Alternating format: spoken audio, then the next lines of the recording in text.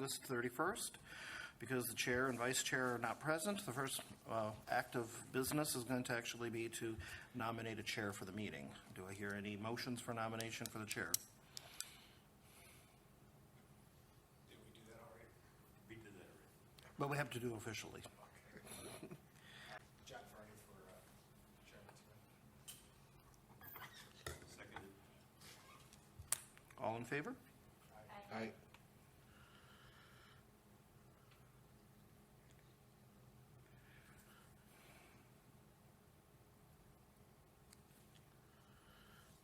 Meeting. Call to order. 6. Kind of redundant, but call to order of the August 31st meeting of the City of Franklin Technology Commission. It is 6 o'clock. Jim, would you like to take roll? Yes, I will. Chair Scott Mead is not here. Excused. Eichmann? Here. Dale Webler is excused. Laura Galusha is excused. James Rayberger. Present. Rajiv Sarana is excused. Norma Kesson. John Farney. Here. Jaspreet Kaur is excused. And Michelle Tischer is excused. Please stand. Pledge of Allegiance. I pledge allegiance to the flag of the United States of America and to the republic for which it stands, one nation, under God, indivisible, with liberty and justice for all. Okay, the second item on the agenda is the citizen comment period. There are no citizens present, so we're going to move on to item 3, review and approval of the June 22nd, 2022 meeting minutes. So if we can all take a minute to review those.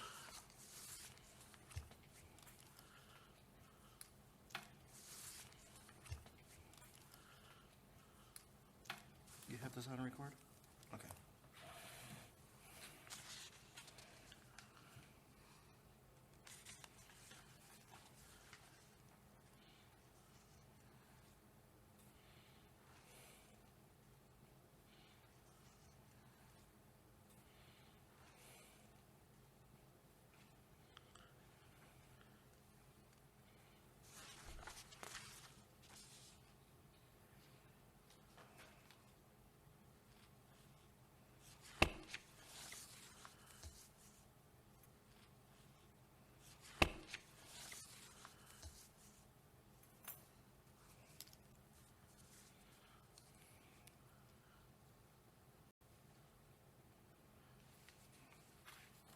I motion to approve the minutes as stated. So moved.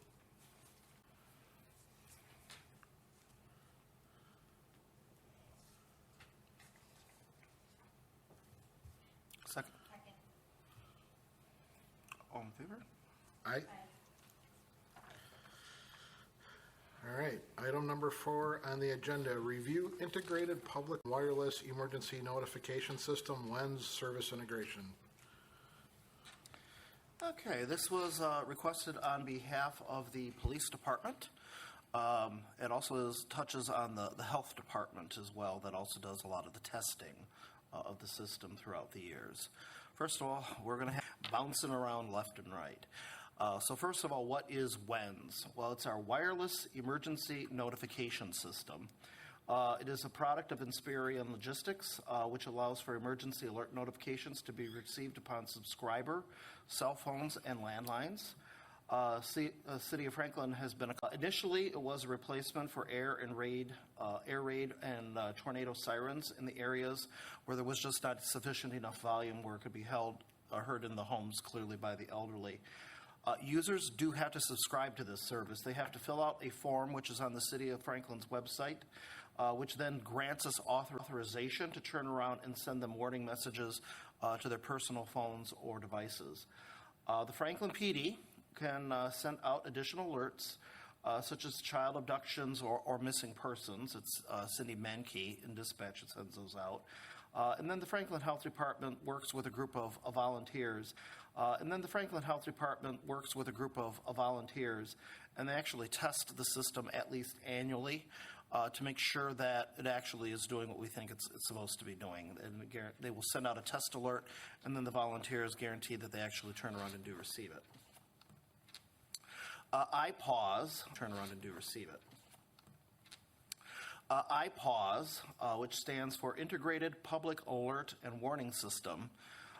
It is a product run and controlled by FEMA. All applications are federally hosted on servers and data centers owned by FEMA. In their own words, data centers owned by FEMA. In their own words, the Integrated Public Alert and Warning System, IPAWS, is a FEMA national system for local alerting that provides authenticated emergency and life-saving information to the public through mobile phones using wireless emergency alerts, to radio and telephones using wireless emergency alerts, to radio and television via the emergency alert system, and on the National Oceanic and National Administration's weather radio. The application is able to recognize when a cell phone user is within a warning area based upon the cell phone's provider's information area, based upon the cell phone's provider's information and geofencing. In other words, when they move into an area and there's a tornado warning, it will then send them a message when they actually get into that geographical area where the warning applies. IPAWS integrates with other federal alerting systems such as the IPAWS integrates with other federal alerting systems such as the Wireless Emergency Alerts (WEC) and the Broadcaster Emergency Alert System (EAS). FEMA has requested to contractually allow the integration between IPAWS and WENS, where data alerts and geofencing integration between IPAWS and WENS, where data alerts and geofencing information would be exchanged between providers. This would allow roaming of cell phone users who are not citizens of Franklin. Remember, we have to subscribe to it, so you have to be a citizen of Franklin to subscribe to it. So non-citizens can then receive the same alerts as subscribers to the WEN systems. Mobile users would receive the same alerts as long as they are within the geofenced area. And the important integration portion is City of Franklin does not need to perform any configuration of setup. The only requirement would be to test the system once it's fully granted to turn around and sign a contract. With this, basically, it is a web-based service to web-based service integration, where they're communicating web-based services between the FEMA system and the WENS system, and we don't have to do any configuration of any discussions or questions that Jim, Do you want me to speak into this? Yes, Which, please, for the record. okay, there, thanks. Just one question that I had for clarification. I know with other alerts that we had earlier this year, the concern was take a scenario, I guess the best way for me to explain it would be our minor children who is not a resident of Franklin and or is not hooked up to the system. But heaven forbid some type of an emergency or a crisis or a lockdown situation happens, Mr. and Mrs. Smith, because they're out of the geofencing area, then would not receive an alert to their cell phone. And the babysitter home... If you put both your cell phone and your landline into it, you would then receive the alert, even though you're out of the geofencing area, because this is done by phone number with WENS. The integration with IPAWS would allow any non-citizens coming into the area with their cell phones to turn around and actually receive the alerts. Perfect. Their cell phones to turn around and actually receive the alerts. Perfect. So much like an Amber Alert. Right. So you can turn that off on your phone so you don't get Amber Alerts, but if you don't do that and you're in the geofenced area, you would get the warning. Okay. And then what Jim was saying is if you're out of the area but you signed up, you're also going to get the, saying is if you're out of the area but you signed up, you're also going to get the, because we just send it to everybody on the list. Whatever Perfect. number is on our City of Franklin list, we send it to. And it doesn't matter their location, even if they're out of state? Correct. In Okay, fact, perfect. sometimes that's how we find out our list isn't up to date, because someone will say, hey, I moved just a got phone, a yeah. warning from you about a snowstorm. List isn't up to date because someone will say, hey, I moved just a got phone, a yeah. warning from you about a snowstorm and a road emergency, and I live in Texas now. Can you please take me off your list? Absolutely. Okay. Thank you for clarifying that for me. I appreciate it. I have a clarifying question as well. So from a citizen user perspective, let's say I'm a WENS user, do I have to opt in also user perspective? Let's say I'm a WENS user, do I have to opt in also to the new IPAWS integration, or does that automatically flow through? No, you have a choice to turn around and subscribe to WENS, but when you do the IPAWS integration, if your cell phone is detected, because you're in the area, and if you have that flagged on your iPhone or Android device that you are receiving those alerts, once this integration does go in, it will flag it to any cell phone that it finds in the area. Gotcha. Okay, thanks for the clarification, Jim. Any other questions? Have a motion. You can either do it as read or create a different motion to hopefully recommend the system with the integration. And then maybe just before you take take the motion and do a vote, we were not planning to send this to council. We thought this was a technical issue that we just wanted to make sure the Technology Commission, that would be how we as staff would proceed. We just don't see it. We'll certainly let council know, but we really wanted to come to all of you so that you could let us know if there's technical reasons why you don't think it's appropriate. Otherwise, we would just let council know about it. I guess in that case, just one follow-up question from me then. City of Franklin's IT responsibility, or whose responsibility is it to test, and what does that testing look like? It actually is the health departments. I'm sorry? That would be the health departments and the Okay. police departments to do it. So So as you far as have- IT is concerned, no, it would be on the system owners that would be responsible for the testing. Owners that would be responsible for the testing once integration is complete. Thank you. And I have an additional question too, please. If one is already signed up for the system, there's no need to have to sign up again for this integrated system, is there? Or how I does believe that- you sign up once. You are correct. Once you're on the list, you're on the list until you take yourself off. I believe you sign up once. You are correct. Once you're on the list, you're on the list until you take yourself off. Okay, perfect. It probably would be a good reminder too to include it in the city newsletter again. Good idea. To remind people that they need to sign up for it. In fact, we can even take it a step further. We'll tell people. Up for it.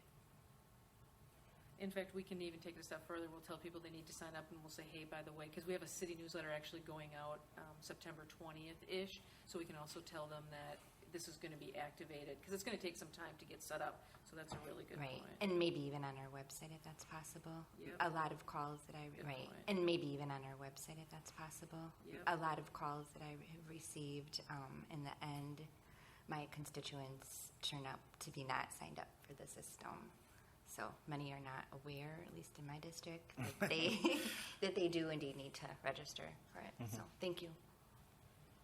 That they do indeed need to register for it. So thank you. Unless they have a cell phone, and it will, by default, catch them under With the new iPaws. system, right. Once they integrate, yes. Okay, perfect. Thank you. But always is good to subscribe. Subscribe.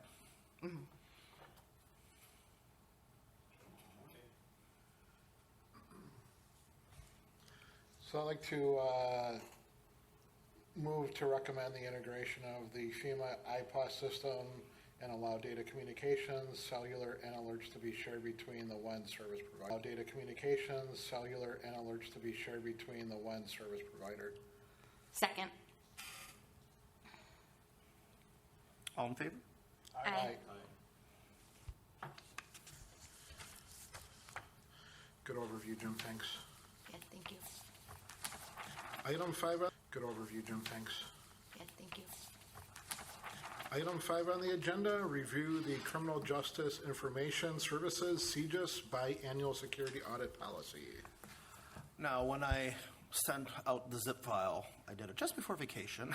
It was a mountain of things that were going back and forth. I didn't remember if I sent this document as part of the zip file or not. So I printed it out again. So you actually have a color copy of this policy document.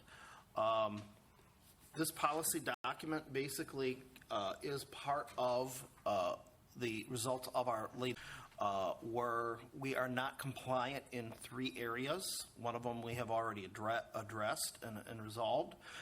Issue number 2 is the one that you're looking at, that they basically say that we're not doing any validation of the system accounts that we have in for it, and we have to do this on an annual process. A complete reiteration of what is actually in the CJIS manual. The agency shall manage information system accounts, including establishing, activating, and modifying, reviewing, disabling, and removing accounts. And this is the area we're out of compliance with, the agency shall validate information system process. This validation and documentation of account delegation to local agencies. The account management includes identification of account types, individual group system, establishment of conditions for the group memberships and assignments of associated authorizations. The agency shall identify authorized users of the information system and specify access rights and privileges that is determined by the assigned official duties and satisfaction to all personal security criteria. In CGIS terminology, system account, it's a little different than what we deal with in the Microsoft world. A system account is any account, credential, or token that is used to identify and the authentication message. Think of it as a service account. That's not the case here. It could be any user or any account that's used to authenticate to the CGIS system. I have written a document, which is I consider to be a sub-procedure because of our access and authorization policy, a DIST policy, been seen by the Common Council for final approval. That's soon to be coming up. It's a very, very detailed document. It's over 50 pages in length, and it follows the federal NIST framework, which once all 14 policies are in place, we'll have nice policies in alignment to federal NIST standards. So that will be a major advantage. That'll become our archetype framework, NIST, just because of the simple fact that quite often we are forced, like CGIS, to be in compliance with federal guidelines. Those most NIST framework, well, if you're in alignment with the NIST framework, most likely you will be in compliance with the other agency guidelines like FEMA or CGIS as well. This is a sub-procedure in accordance to what we would have with our identity and authentication access document. In accordance to what we would have with our identity and authentication access document, which the Commission did make a motion to recommend. This document is probably about 90% procedure and 10% policy for it. This was given by Cindy Mankey over to the FBI auditor. This was given by Cindy Mankey over to the FBI auditor, and who turned around and did our evaluation on site in April. She has no problems with it. And also the person at the state level at the Department of Justice has reviewed this, noted it was in draft mode, and he had no problems with it whatsoever and said yes, this mode, and he had no problems with it whatsoever and said yes, this would fully meet the outstanding audit issue that we have on number 2 on our docket. So I will very quickly read the document and note if there most likely would be no changes note if there most likely would be no changes as I would anticipate it, but if necessary, I can make changes and amend the document as you see appropriate. Overview. The following policies are supplemental to the City of Franklin Audit, Monitoring, and Reporting Policy, which is in conformance with Section AU of the sub-policy and corresponding procedures to specifically focus on the direct requirements of the CGIS identified systems and to provide a control matrix of procedures for the validation of all security assignments, roles, restrictions placed upon these systems. All policies and procedures are in conformance with the higher organization NIST policy and are simply a refinement for. This policy focuses on the auditing and validation requirements for the system contained within the CGIS data. The following servers are in scope and may contain data that must be restricted by CGIS authorized personnel only. ProPhoenix Record Management System, PD-RMS-01, the ProPhoenix Database Server, PD-SQL-01, and the Police Department exported reports and incidents from the Records Management Database. The following servers provide ancillary services which may be required for identification, authentication, and authorization and accountability, IAAA, for the CGIS systems. These servers do not directly contain CGIS data, but may be necessary to provide functional ACL reporting and security policy, 01 and 02, the ProPhoenix CAD server, PD-CAD-01, Microsoft Radius server, PD-RAS-01, and the VMware host servers, PD-VMH-01 and VMH-02. The Director of IT is responsible for the execution and implementation of all IT strategies, policies, procedures, and controls. All security and IT policies, procedures, and controls.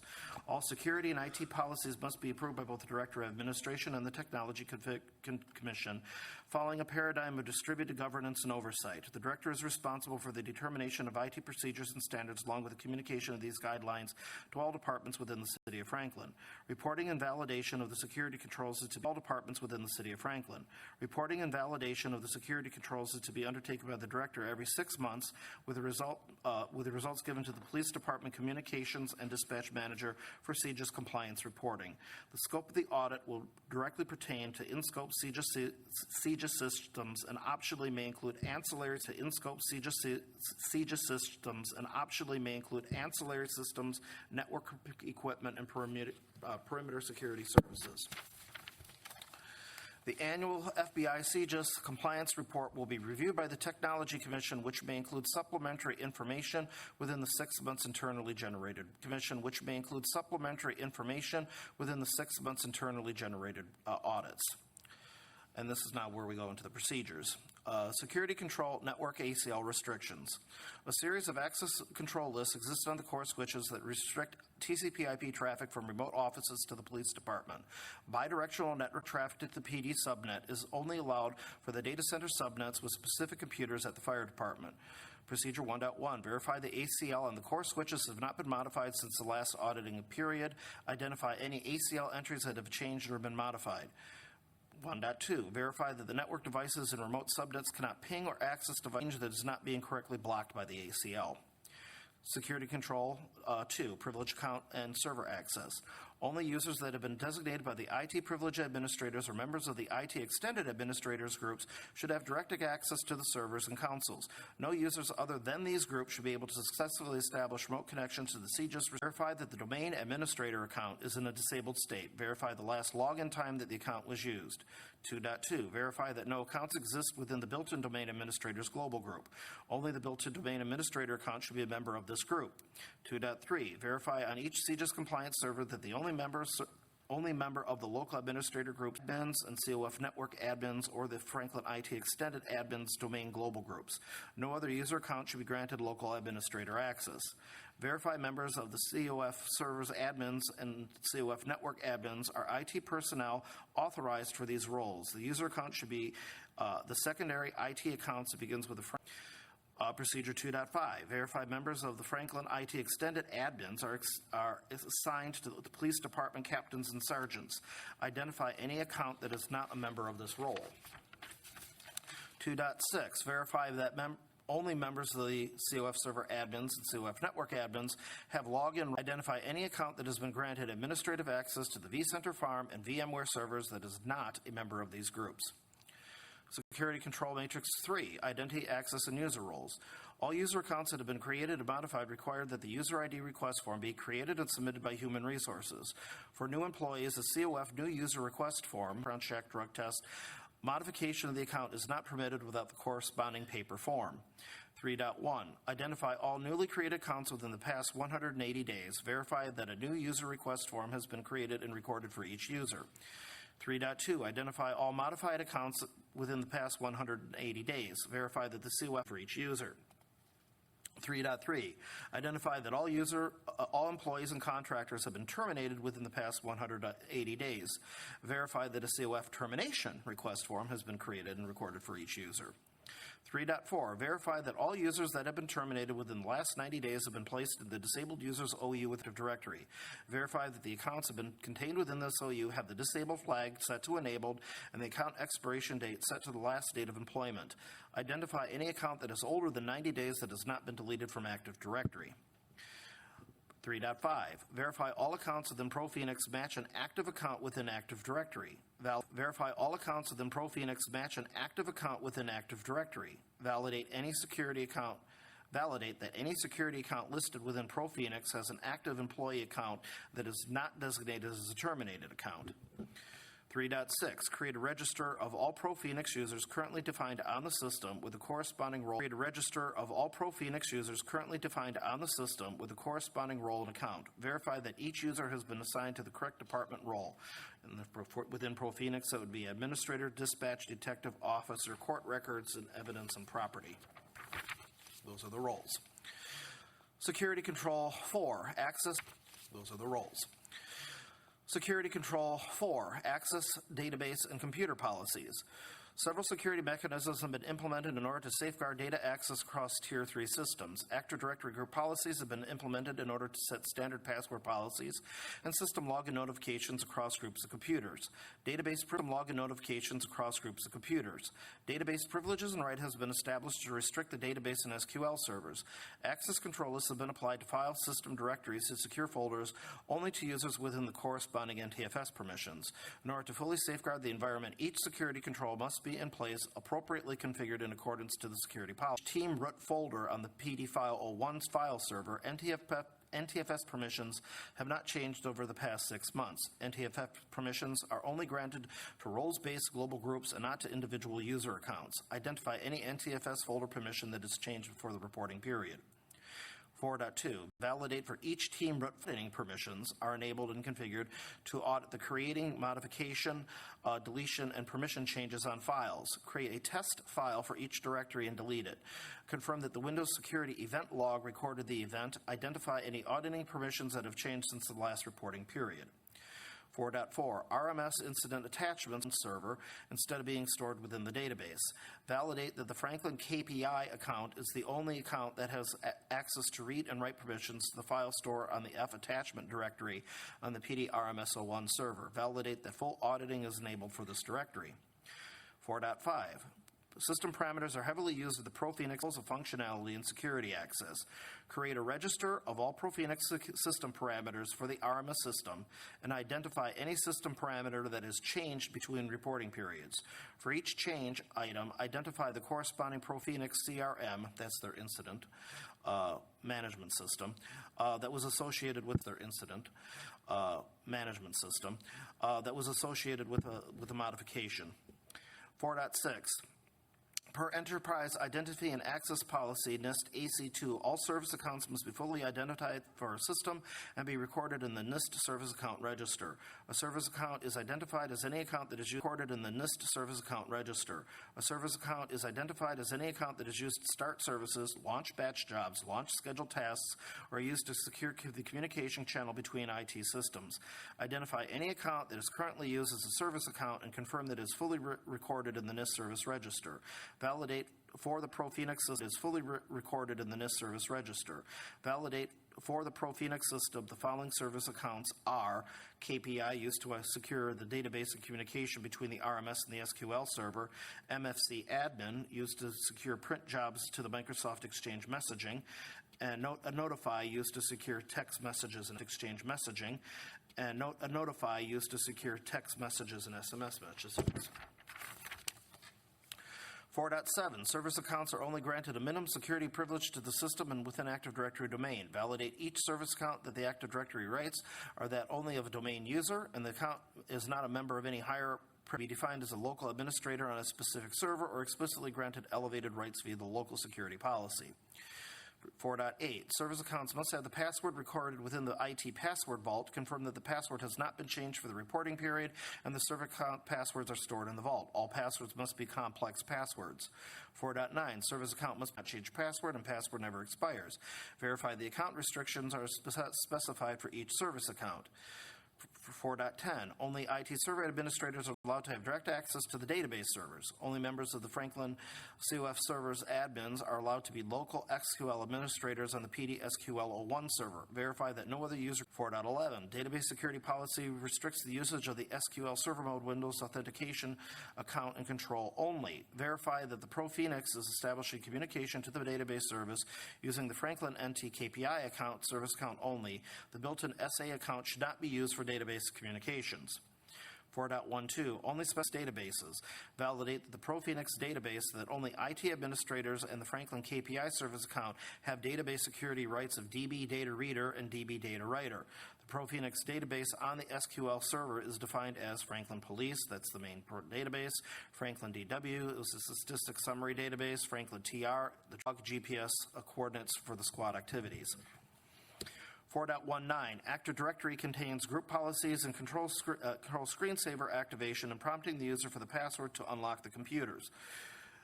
Validate that the group policy is being correctly applied to the PD workstation and laptops and confirm that the screen lock will occur within 10 minutes. Error.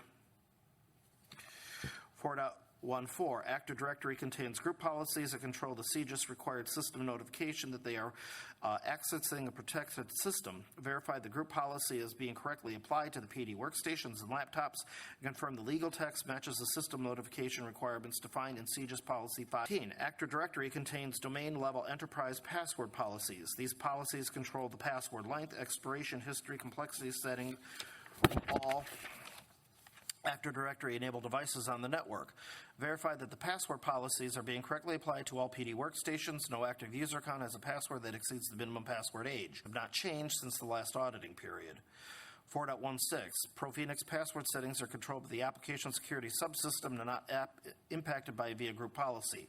Verify the ProPhoenix password parameter settings have not changed since the last auditing period, and all settings conform to CGIS requirements 562111 for basic authentication. Procedure 4.17, all vendor or remote user access must be performed via an IPsec tunnel, using either NetMotion or the Palo Alto Global Protect clients. Any vendor access to remote systems must be performed via a mentored session where remote control software is installed onto the IT control software is installed onto the IT administrator's computer and then removed once troubleshooting is complete. Verify that remote control software, TeamViewer, GoToMyPC, etc., is not actively installed on any City of Franklin Police Department server. Security Controls 5, auditing controlled in events server. Security Controls 5, auditing controlled in events. In order to actively detect security events, event logs must be correctly configured and set to record notification messages, alerts, and failure conditions. Events logs for CGIS-enabled system must have their events sent to this offsite SAM service, where each event is parsed, recorded, and actively offsite SAM service, where each event is parsed, recorded, and actively correlated to other security events occurring throughout the system. For all CGIS system event logs must be retained for a minimum of 1 year, whereby security messages can be reproduced within the SCIM system. Note, I wrote these generically because we haven't determined that yet. Procedure 5.1, for all in-scope CGIS systems, system clocks must be kept synchronized and time reporting accurately throughout the system. Verify that the active date and time are set within 1,500 milliseconds, 1.5 seconds between all servers within the system. 5.2, for all CGIS in-scope systems parsed and recorded within the SAM console. All parsed logs must be retained for a period of 365 days. Verify that the security application logs are being stored within the SAM without error and that each selected event is fully complete. Verify the event logs are not being overwritten within the SCIM and up to 365 days where the data is being SCIM logs to be of value during the security incident. Each event must be written, parsed, and stored within a read-only database. Each security item is a mutable record that cannot be manipulated or changed. Verify that each security incident cannot be cleared, overwritten, or deleted within the SCIM. 5.4, event log data may contain confidential information for admins. Verify that no other user or privileged security access to the SCIM other than IT server administrators or outsourced SOC admins. 5.5, SEIM reporting is configured to create a compliant report of all actionable security events and incidents that occurred over the course of a week. All reports are stored and archived after being take 5 sample reports and verify the report is complete and has been fully reviewed by appropriate personnel. I one time wanted to be a hog collar.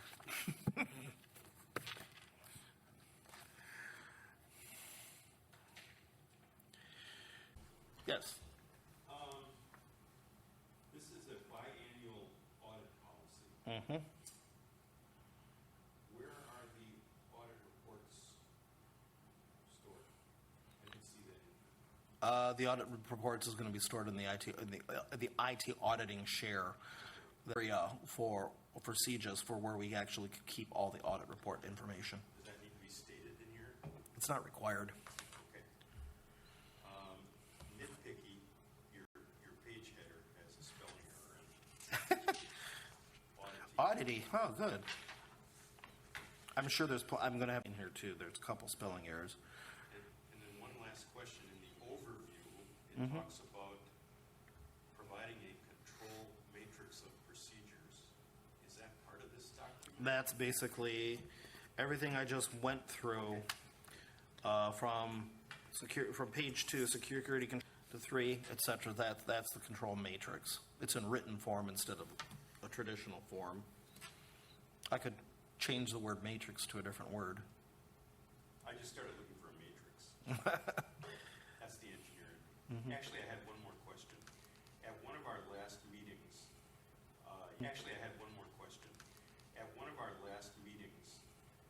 you had mentioned that the CJIS auditor that was in here mentioned that the CJIS policy was going to be revved. Yes. Have we seen that document yet? It hasn't been published yet. Okay. So then this would probably come in yet? It hasn't been published yet. Okay. So then this would probably need to be updated. Hopefully it won't be extensive changes. I'm praying that if it's minor changes, this may continue, because as I have in here, if they don't change, continue, because as I have in here, if they don't change the verbiage of 5.5.1, then this wouldn't change very much. But if they significantly change 5.5.1, then yes, this may require changes. But that is true, because this is tied directly to CJIS. Any change to CJIS, that is true, because this is tied directly to CJIS. Any change to CJIS could potentially require changes to the document. Three questions. Sorry, go ahead. You sure? So, Jim, just a quick question. So, great document. My question that kept running through my mind is, and I know the commission has commented on the past, you and your team have a mountain of work, right? So are there approved scripts or tools that you have currently available that can help you gather this data automatically to prevent a lot of that manual? A bit of this. As I was writing it, very similar to what the journal did with the PCI audits that required an enormous amount of time for it. Once you do your first round of it and have the documentation, a lot of this is compare the documents from the last set of the reporting period. If nothing, is the next procedure for it. So, for example, with the ProPhoenix system parameters, I would have to create a list of what are all the ProPhoenix system parameters the very first time I do this. And once I know that, the next time I go ahead and do it 6 months later, all I'm looking for is the deltas, the things that actually changed. Right. But for each one of these procedures, right, have you an aligned automated tool that helps you gather this information that's needed? I would encourage you to do that.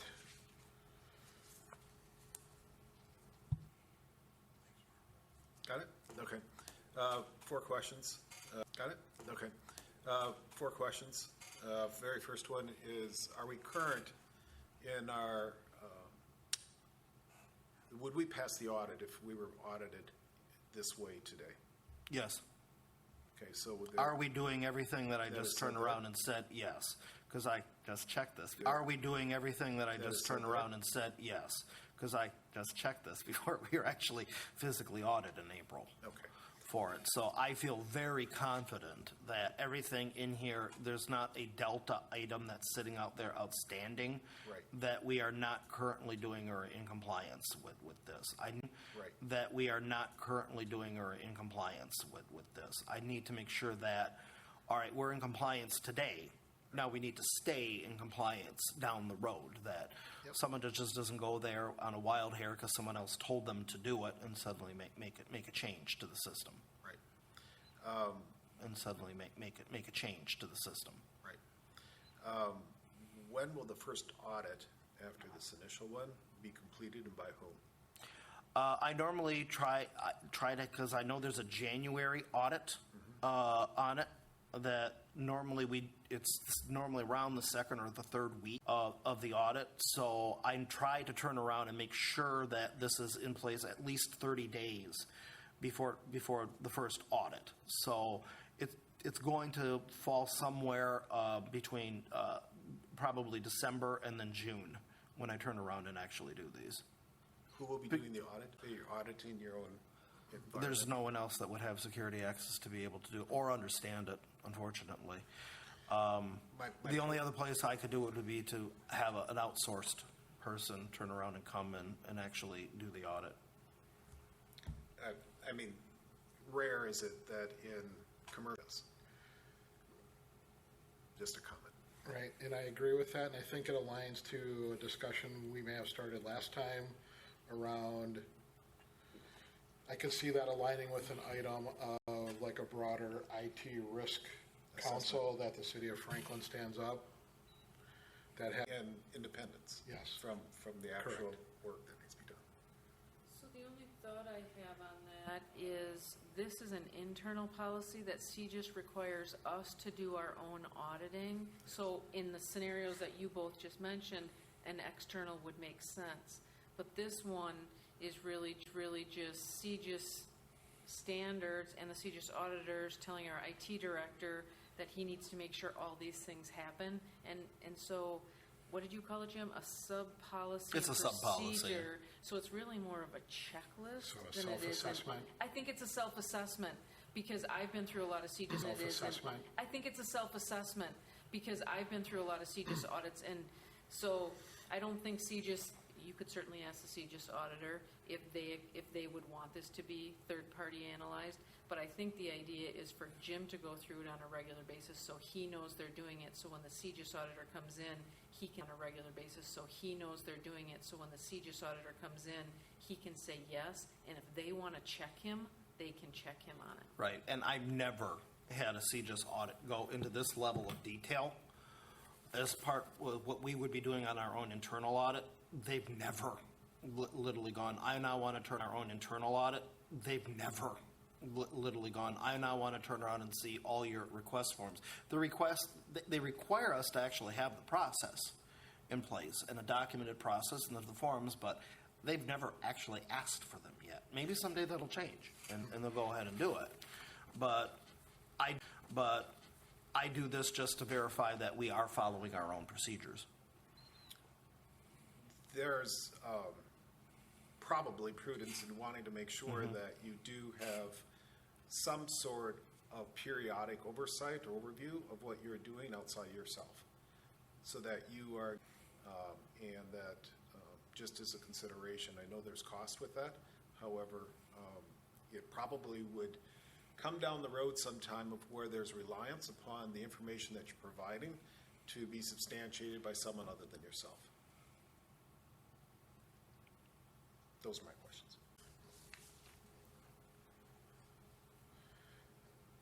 So Jim, as part of this internal process then, are you collecting all that evidence and you do have that available as needed? I will on the next auditing period. So, I mean, we moved and got to compliant, I know was done by April before the on-site audit, because on the on-site audit, I had no idea how far they were going to dig and how deep they were going to dig. So I made sure that every I was dotted and every T was crossed before they ever set foot in the building on it, because I had a considerable amount was done and done correctly on it. So the next auditing period of this will be probably in December, and I will then be collecting all that information and then storing it out on the audit share.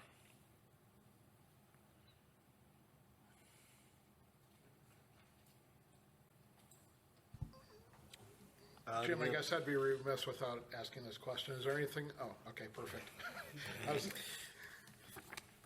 Do we have a motion to recommend?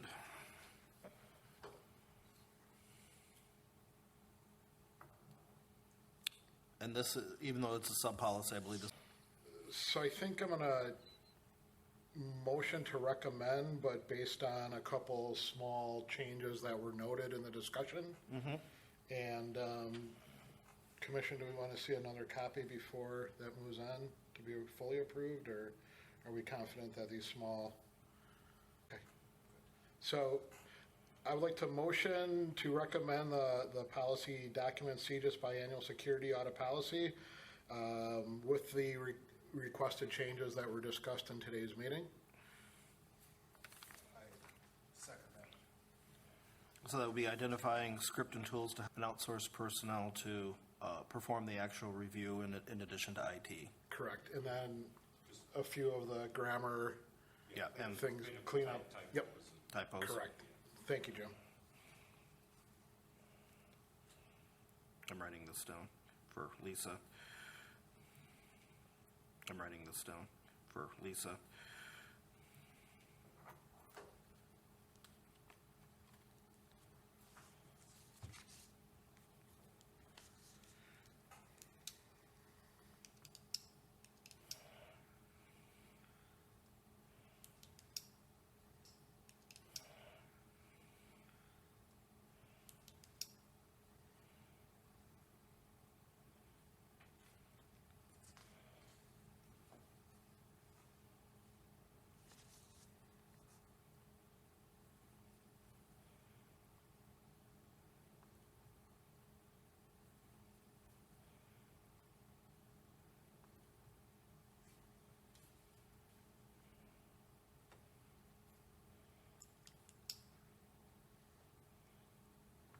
Okay. All in favor? Aye. Oh, all in favor? Aye. Oh, did we have a second? Was no, okay. John, once again, really thoughtful work on that. We run at light speed around here. Run at light speed around here. All right, moving on to item 6 on the agenda, the Security Information and Event Management, SIM, and Security Operations Center, SOC, Managed Services for CJIS requirements. This is a result. This is a result primarily of a CJIS requirement. We will be going over the actual verbiage of those requirements shortly on some slides. That we, for the past 2 years, have been basically. For the past 2 years, have been basically not following in section, I believe, it's 5.4 on it, and this is now being brought to an elevated level, saying you need to have a SIM as part of it, even though the auditing guidelines does not need to have a SIM as part of it, even though the auditing guidelines does not specifically state the word SIM in it. Practically, the auditor comes into the door, and that's the first thing they ask is, what's your IDS, IDP, and what's your SIM off of it, and what are you using right now? We have, as part of our overall security envelope, several areas that we have been deficient in, and we've scheduled those up, at least for 2022, to try to get it up on the agenda to work on. We did have some money, $73,500 carried forward from the previous years that we have, and to help shore up some of the deficiencies that we have. For 2022, the projects that we kind of saw as needing elevation was penetration testing, both internal and external. That has now been fully complete. They have now done their secondary testing, penetration test reports. Eventually, wireless security penetration and vulnerability assessment. This is currently on hold because we're looking at replacing the Extreme Networks wireless access points that are at the police department with Aruba wireless access points. It doesn't make any sense to turn around and you're done actually installing the rest of your access points. We are looking tonight at an SCIM solution with potential of a security operations center that would require log shipping and active security assessment. And last but not least, vulnerability scanning and risk management. Acronyms that we're going to go over. First of all, what is a SIM? Well, in its basic forms, it's a security information and event management system. where it takes event logs from all different systems that we have within the city and consolidates it and looks for similarities. And then tries to determine, all right, is there a hack in progress based upon what I'm actually getting for event logs? And should I alert somebody that, hey, I think I'm finding something here going on, you probably want to turn around and take a look at it. And there's a lot of vendors out and looked, and this is just a sampling that is out there. Arctic Wolf, Aristotle Insight, Alien Vault, that was proposed previously by Heartland, ConnectWise, Datadog, Exabeam Fusion, IBMQ Radar, Konica Minolta, all covered, Logarithm, Microsoft, Medicus, Palo Alto, RSA, SolarWinds, Splunk. Considerations when I'm looking at a SIM provider, when should I dig deeper and look at their portfolio product, or when is it probably necessary to turn around and move on? First, the cost.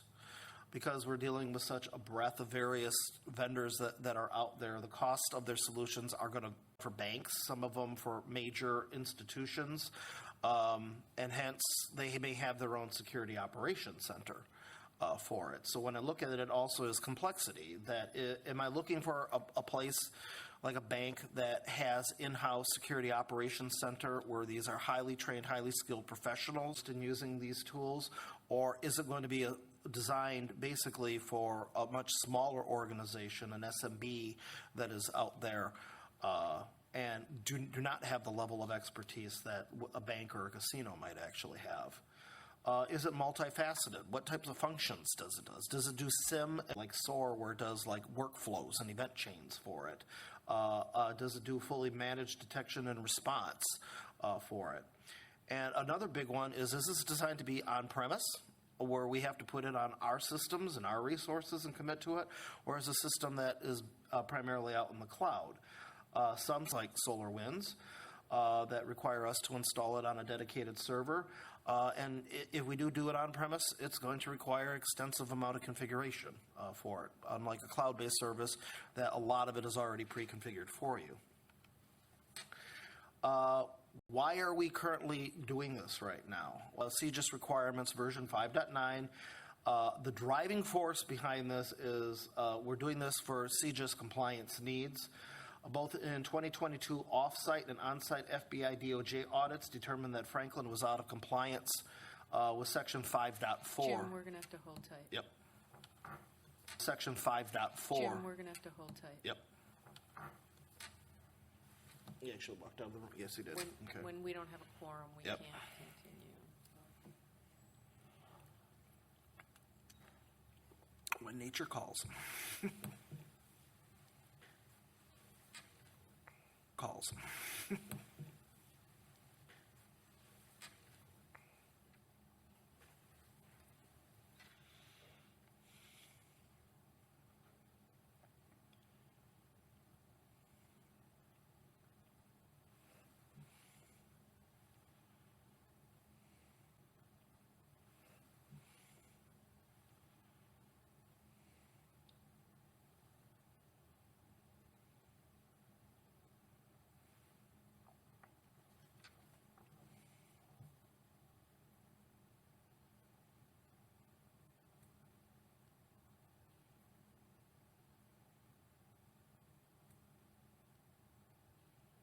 was Kevin Burke at the Journal Sentinel when you were there?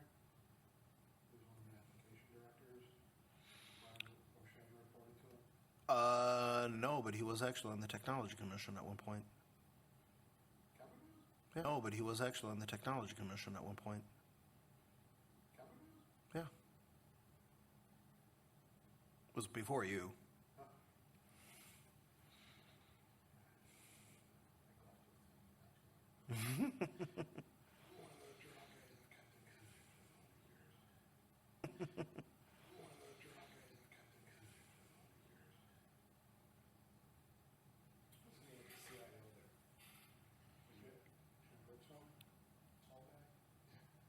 Yeah, it was Jim Hertzfeld, and then when he left, it then became Mike O'Brien,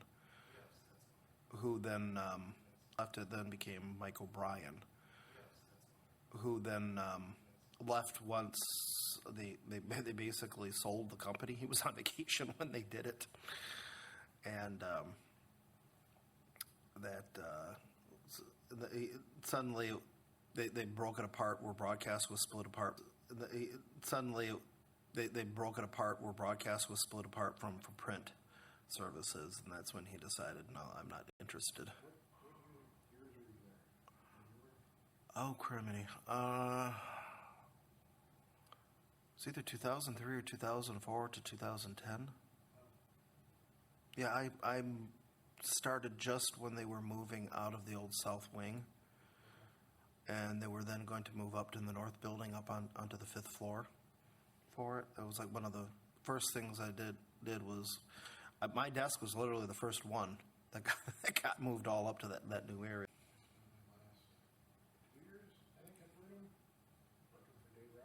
Yep. And now that place is even sold, which blows my mind. I mean, it's right next to the railroad tracks, and it's a huge parcel of land. That place, once they figure out what they're going to do with the printing presses.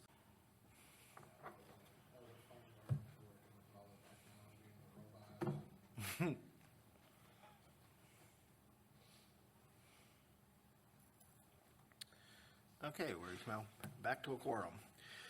So looking at the actual CGIS policies, say the word SIM, but the auditor is saying SAIM. The following content shall be included within every auditing event: the date and time of the event, the component of the information system, software component, hardware component, where the event occurred, the type of event, the user subject and identity, and the outcome, either success or failure of the 2. Response to processing of failures. The agency's information system shall provide alerts to the appropriate agency's officials in the event of an auditing processing failure. Auditing processing failures include, for example, software, hardware errors, failures in the auditing capturing mechanisms and storage capacity. 5.3, audit monitoring, analysis, and reporting. The responsible management official shall designate an individual or position to review and analyze information security system audit records for indications of inappropriate or unusual activity, investigate suspicious activity or suspected violations. To review and analysis shall be conducted at a minimum of once a week. The frequency of review and analysis shall be increased when the volume of an agency's processing indicates that an elevated need for audit review. The agency shall increase the level of auditing and monitoring and analysis activity within the information system whenever there is an indication of agency assets or individuals based on law enforcement information, intelligence information, or other credible sources of information. Timestamps. The agency's information system shall provide timestamps for use of audit record generation. The timestamp shall include the date and time values generated by the internal system clocks for the audit records. The agency shall synchronize internal information system clocks on an annual basis. And protection of audit information. The agency information system shall protect audit information and audit tools from modification, deletion, and unauthorized access. From modification, deletion, and unauthorized access.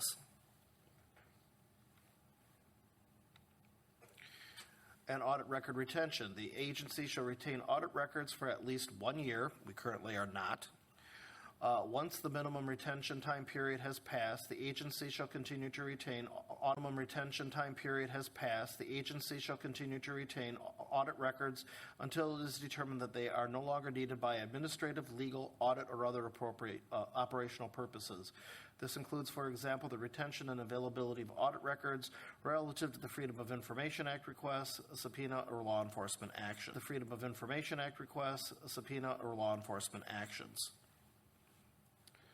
So as you can see, nowhere in the guidelines did it actually mention the word SAM.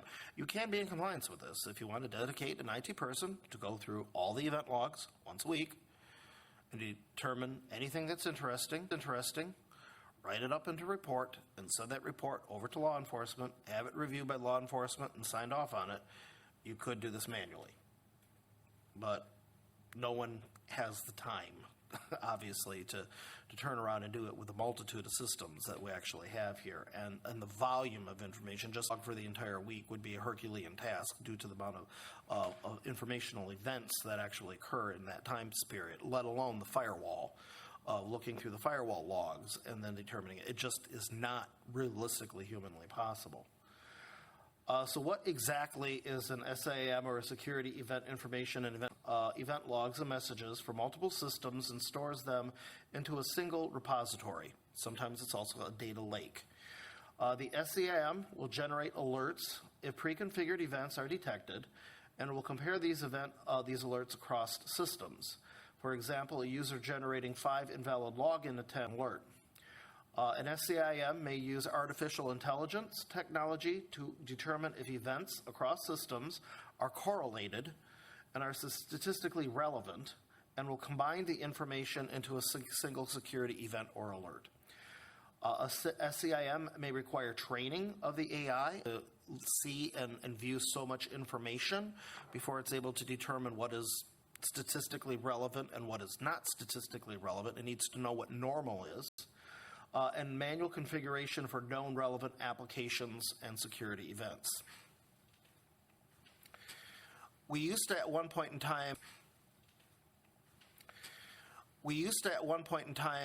have Kiwi, which is a tool by SolarWinds, to turn around and do our event log management and consolidation. This was multiple years ago determined not to be a sufficient solution.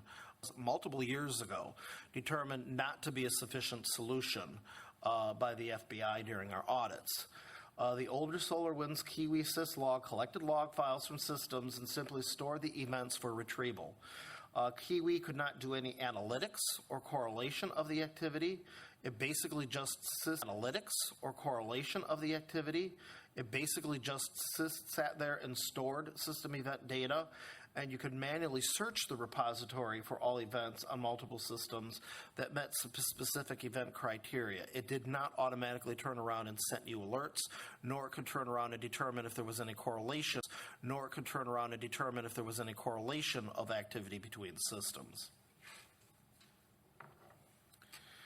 When we look at a lot of services that turn around and have an SAM component in it, we'll often see a couple other acronyms out there. The first one is Endpoint Client. Is a security agent is installed on a single endpoint, a computer, which monitors all user and computer activity for differences in computing behaviors and patterns. Both signature-based detection and artificial intelligence analytics is used to determine threatening activity on a computer.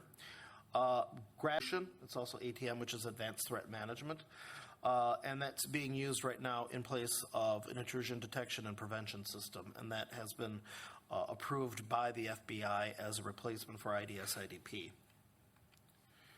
XDR is another one that is frequently heard out there. It's very close with EDR. What makes it different is it's a combined data analysis and analytics across multiple security tools in order to get a more comprehensive view of all activity, where an EDR would be one tool, where XDR looks across multiple tools for that initial intelligence and advanced data analysis, therefore requiring less setup and configuration. I won't, if you're interested, you can read the verb, but I will skip that for time considerations. When I look at this project, there were several requirements that came out. First is the big one is how are you going to ingest all the data logs? You're going to have to take all the data logs from all the systems that are in scope, and you're going to have to turn around and send it to the SAM for analysis.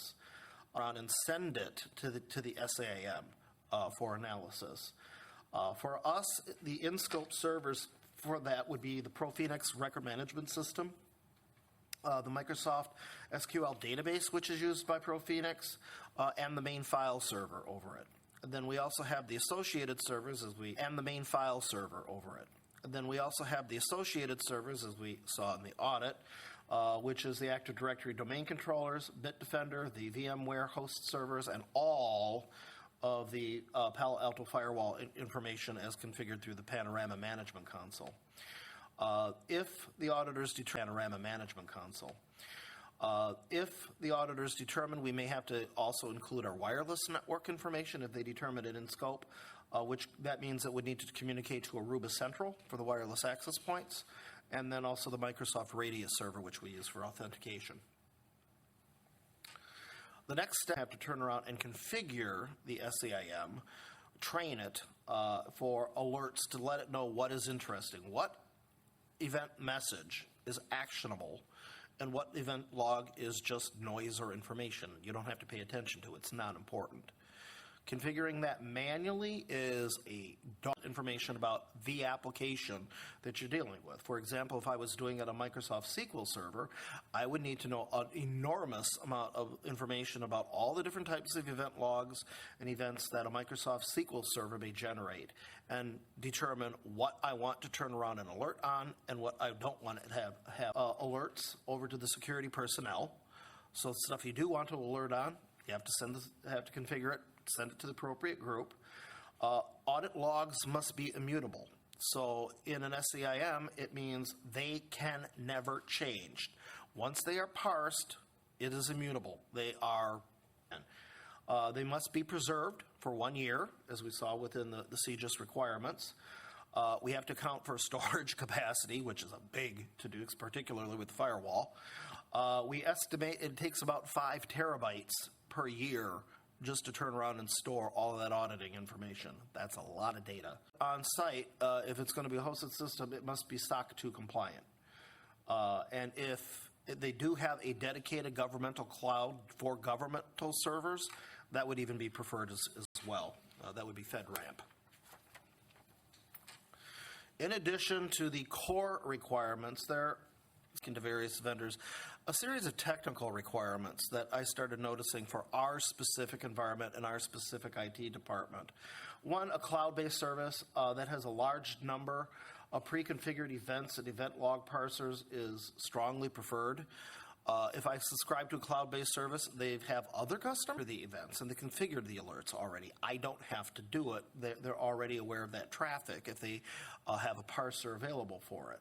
A cloud-based system that is pre-configured with alerts and then uses automatic artificial intelligence detection methods, for example, event log correlation, is also strongly preferred. The system would be enormously time-consuming for it, and I'm also not a security expert, nor is anyone else in the IT department a security expert with the expertise to create such complex rules for the system. Retaining Bitdefender Gravity Zone as our EDR client is preferred because it's already been approved by the FBI auditors as our replacement for IDS IDP. And then our technical skills, which is really important. No IT engineer analyst has a strong backward in enterprise security. Hiring a dedicated security engineer is not possible. Their salaries, security engineer is not possible. Their salaries start at $100,000 plus. Normally it starts around $125,000 to $130,000 a year and goes up. A SOC, a Security Operations Center, makes more sense where we outsource this to a service where they have a group of their own security engineers that would view all security incidents first and then determine, is it relevant or is it noise? The SOC should have at least 3 levels of escalation, so there should be at least 3 levels of skills and levels of escalation. So there should be at least 3 levels of skills and expertise. You start with a junior analyst looking at it, then you migrate over to the full engineer, and then you escalate it then over to the senior engineer. And with each escalation, you have a far more advanced person turning around and looking at it. The SOC will use the SIEM to determine the activity, security events, and incident reports and escalate accordingly. This is important if it's a managed service. So if we're going to do this, it then becomes an outsourced managed service environment. The SOC will report security activities to IT personnel, where these will be tracked on a weekly report, which is available for the PD to download, which is a CGIS requirement. Any questions on that? Okay. When we look at incident response, we've had 2 security incidents here over the past year. Happened, but almost happened at this point. So we do realize that incident management, that when you have something go wrong, time to fix it and time to respond is extremely important. So incident response, the SCIM and SOC will be used to detect any security events and activity. Agent remove the computer from the network. It's very important if suddenly it thinks that there's ransomware on a machine. Sees event logs, thinks, uh-oh, I'm very suspicious that there's ransomware on this computer. If the client allows for it, if there's an agent on the computer, it really is nice, can remove the computer from the network to prevent the ransomware from spreading beyond that computer and potentially affecting other computers on the network. That would be isolation and containment. And then the SOC and the IT department are the incident response team, as we defined in our incident management policies. If the incident is small, as we defined in our incident management policies, if the incident is small, it may be remediated just by the SOC themselves. It's a major security event. It may require Chubb, our cybersecurity insurance vendor. If it's a major enough and we want to spend the $10,000 to open up a full security incident response with them,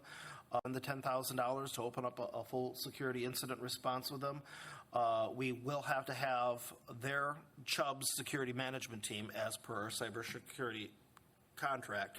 They are the drivers of the security event, but then it would be the IT department here, and then our outsourcer working together as one collaborative T department here, and then our outsourcer working together as one collaborative team to turn around and remediate it. Jim, does your insurance carrier for cyber, do they provide services around like secure imaging and retention for potential legal purposes? And is that the level of expertise, or what do legal purposes, and is that the level of expertise, or what do they actually offer in terms of services? Resolving the actual security event itself. Would be up to the IT department to preserve the actual information from it. Now, if the information is being sent, for example, all the event logs are being sent out to the SIM, those are immutable, and it would be up to the SOC and the incident management team at the SOC to turn around and provide the information and the data to both the IT department, possibly the legal team, to Chubb, in order to turn around and help with the security event. But it would be your internal team doing like a forensic. For legal purposes, yeah, you're going to need hands on the ground. Okay. You can't. There is no service where the SOC can say, okay, image computer, Right. and now it's automatically imaged. Okay. So I got a question. The EDR agent has the capability is there a certain amount of training that has to go on with the end users themselves, because all of a sudden they're going to be kicked off the network? Like, let's say they're on a laptop or something. The first instinct is they reboot the machine. Would that undo what the EDR agent just did? Bitdefender today, because the Bitdefender also has the ability to block access and block processes if it finds threatening. So if you get malware on your machine, or it's trying to download stuff, Bitdefender today will stand in and prevent you from turning around and doing it at this point. It could turn around and interrupt their workflow, where suddenly they're on the network and then they've been removed from the network. It's the agent that just basically stops the network communication from it. So it's not removing the computer from the domain. It's just basically downing the NIC and then not allowing communication for it. That incident kind of with Bitdefender, that's in my director's notes, where the computer suddenly brought themselves offline and users turn around and rebooted the computer of it, and then they turn around and potentially lost their work for it. So there may be a work stoppage according to it. The best thing we could do is when it happens, they receive some form of an alert from it, that when they go ahead and do that, and then they have to contact the IT department. I have just gotten this alert. Why did I turn around and get it? Hopefully by that time, the IT department already knows about it, because the SOC has let them know, hey, I removed a computer from the network.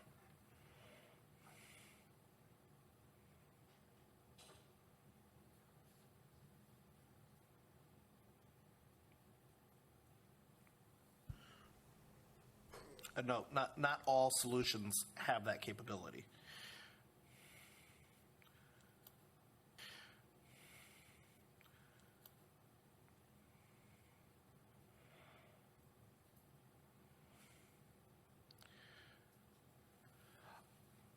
And also, the events and logs within the SEM may need to be exported for evidence and collection as well. Not only are we doing data collection if it actually happened for evidence and collection as well. Not only are we doing data collection if it actually happened in the police department, what may constitute a crime, they may need that information also in order to turn around and preserve it for legal actions. And for the requirement 5.5.4 for timestamp. And for the requirement 5.5.4 for timestamps for the 2023 budget, capital budget, I did request a dedicated time server be provided to help synchronize the devices of all devices on the network. Currently, we do not have one. So instead of devices on the network, currently we do not have one.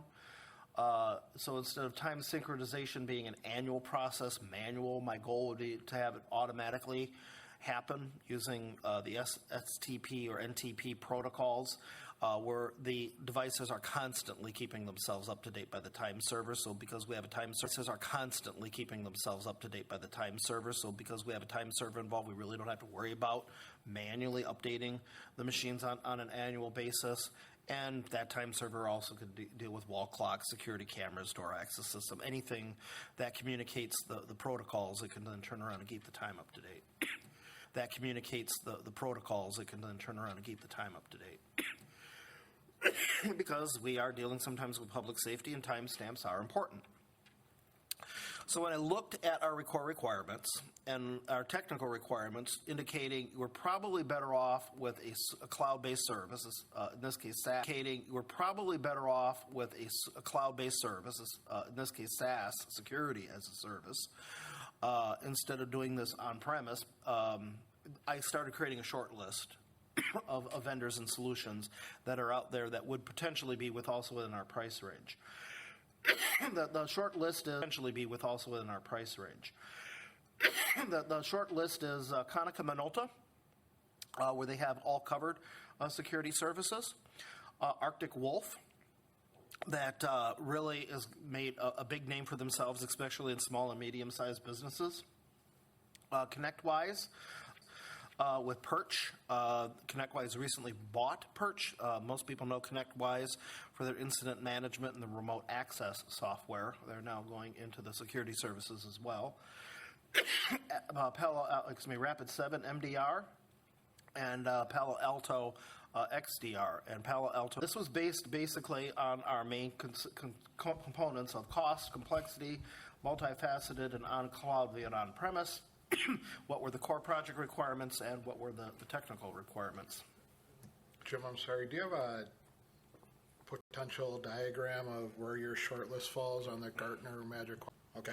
I actually have the Gartner report. It might have been in the zip file for it, but I actually can bring up the latest Gartner report on cloud-based SIM providers for it. The first choice was Konica Minolta and their all-covered services. This services, managed detection and response. They are really known for having a portfolio of products. Mm-hmm. You said this is our first choice. I think it's the first alternative. Excuse me, first alternative. First alternative. I will be going very briefly. I have included all the documentation and the data that we actually have out there along with the quotes for it. So this is just a very brief rundown of what the solution is. They're into server management, network application, storage device management, end-user computing management, mobile devices, remote workers and office management, file print, hosted email, SAM. You can also subscribe to another host of services as well. Their main claim is they're pretty much a hands-off managed service, that it's not IT that has to worry about this. That you can have a dashboard, but their viewpoint is you talk to us and you talk incidents that are going on and what's going on with the service, but you really don't need to go into the SCIM and start doing anything with it. That's why our SOC is actually here. It really is designed for an SMB that may or may not have an IT department for it. Like I said, you have has a meeting with the service provider and the IT department once a month. The platform is basically used with companies with very limited local IT resources. And quite often they turn around and subscribe not only to the SAM and the MDR, but they also subscribe to other services as well. Arctic Wolf in 2021, CDW was actually proposing them right now, and they took some of the services HBS was offering and it took it out of the equation. So it's just pure Arctic Wolf, not Arctic Wolf plus HBS services as well. It is a common competitor out there for small and medium-sized businesses. Their source engine is using the Elastic SEIM engine and also using ELK. There's a bit of a debate if is ELK and Elastic truly is an SEIM-based solution or not, depending on which security expert that you turn around and they talk to. But they've taken their software and tied it into ELK, and then small and medium-sized business without a dedicated security team.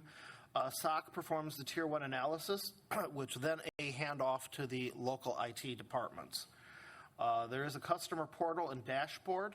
It's not as rich as some of the other ones, as it is intentioned, though, that the SOC will do most of forensics, but that is a separate contract, and that's through Tetra Defense, which is their company that they've decided to partner with. ConnectWise was recommended us by, I know it was RMM Solutions was the original name. They were bought, and then they're called New Era, being the account manager with this, and they also turn around and provide security forensics if needed as well. ConnectWise is a common endpoint and server management platform. It's well known for its incident management with remote access. Back in 2021, they purchased the Perch SEIM. And integrated they purchased the Perch SEIM and integrated with existing SOC services. Their SOC is basically global into only native English-speaking countries. They've focused it around the globe, but all their SOC people are either in U.S., Ireland, or Australia. You're not finding anyone from India. Their data ingestion is syslog and sensor-based only. They are not agent-based. This prevents, they believe, with conflicts with other security software. Requires monitoring servers and applications to perform log shipments over to them if it has that capability. Software integration modules allow other security software providers to perform findings into Perch, particularly extending their dashboard. They really do have a very nice MITRE analysis that's available. So you can see when an incident management happened, how it aligns to the actual MITRE framework. They'll break it down, and you will see each particular system of event logs and how it aligns with MITRE.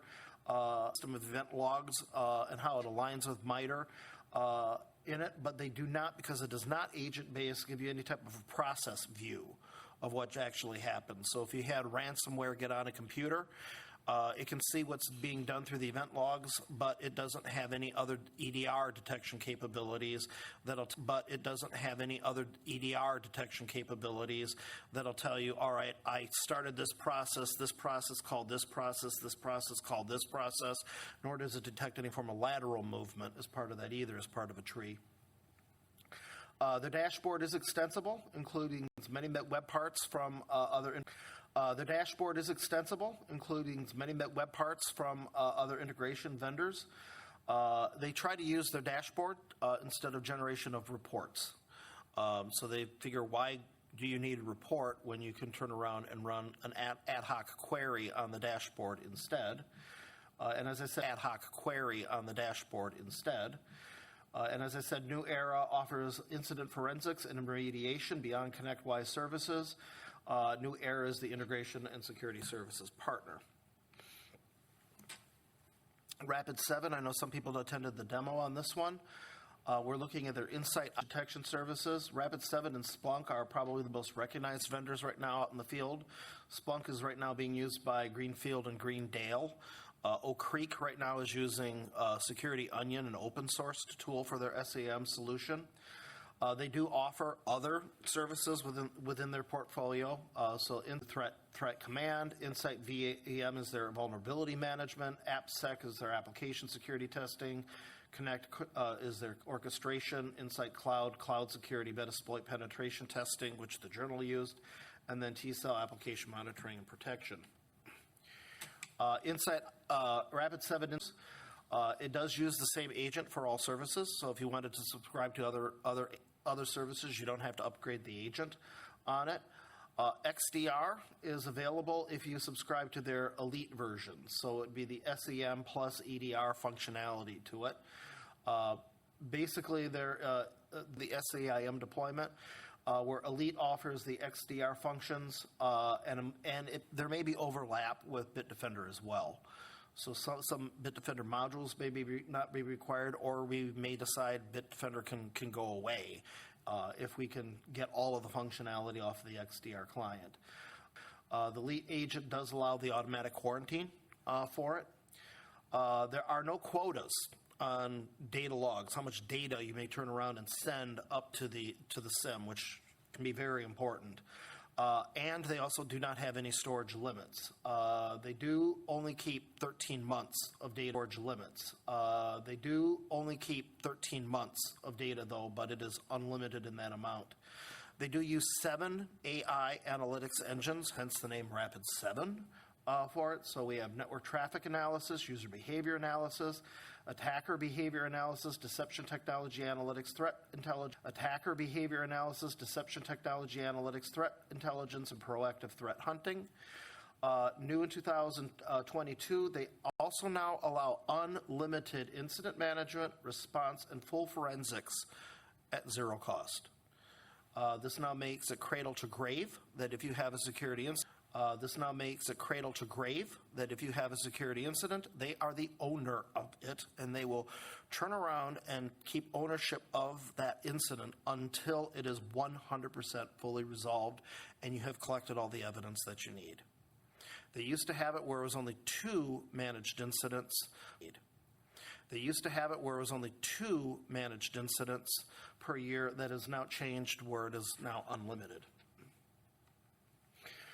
This is the doc.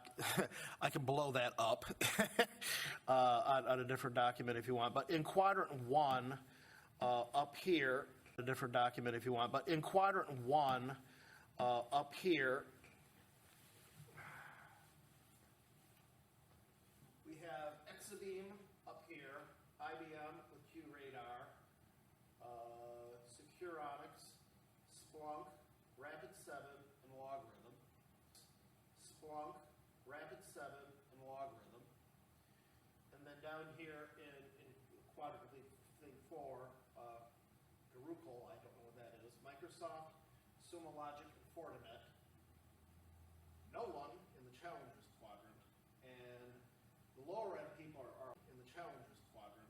And the lower end people are Elastic, Logpoint, NetWitness, Venus Tech, FireEye, McAfee, Micro Focus, Odyssey, Huawei, and interesting enough, Vantage at the absolute bottom.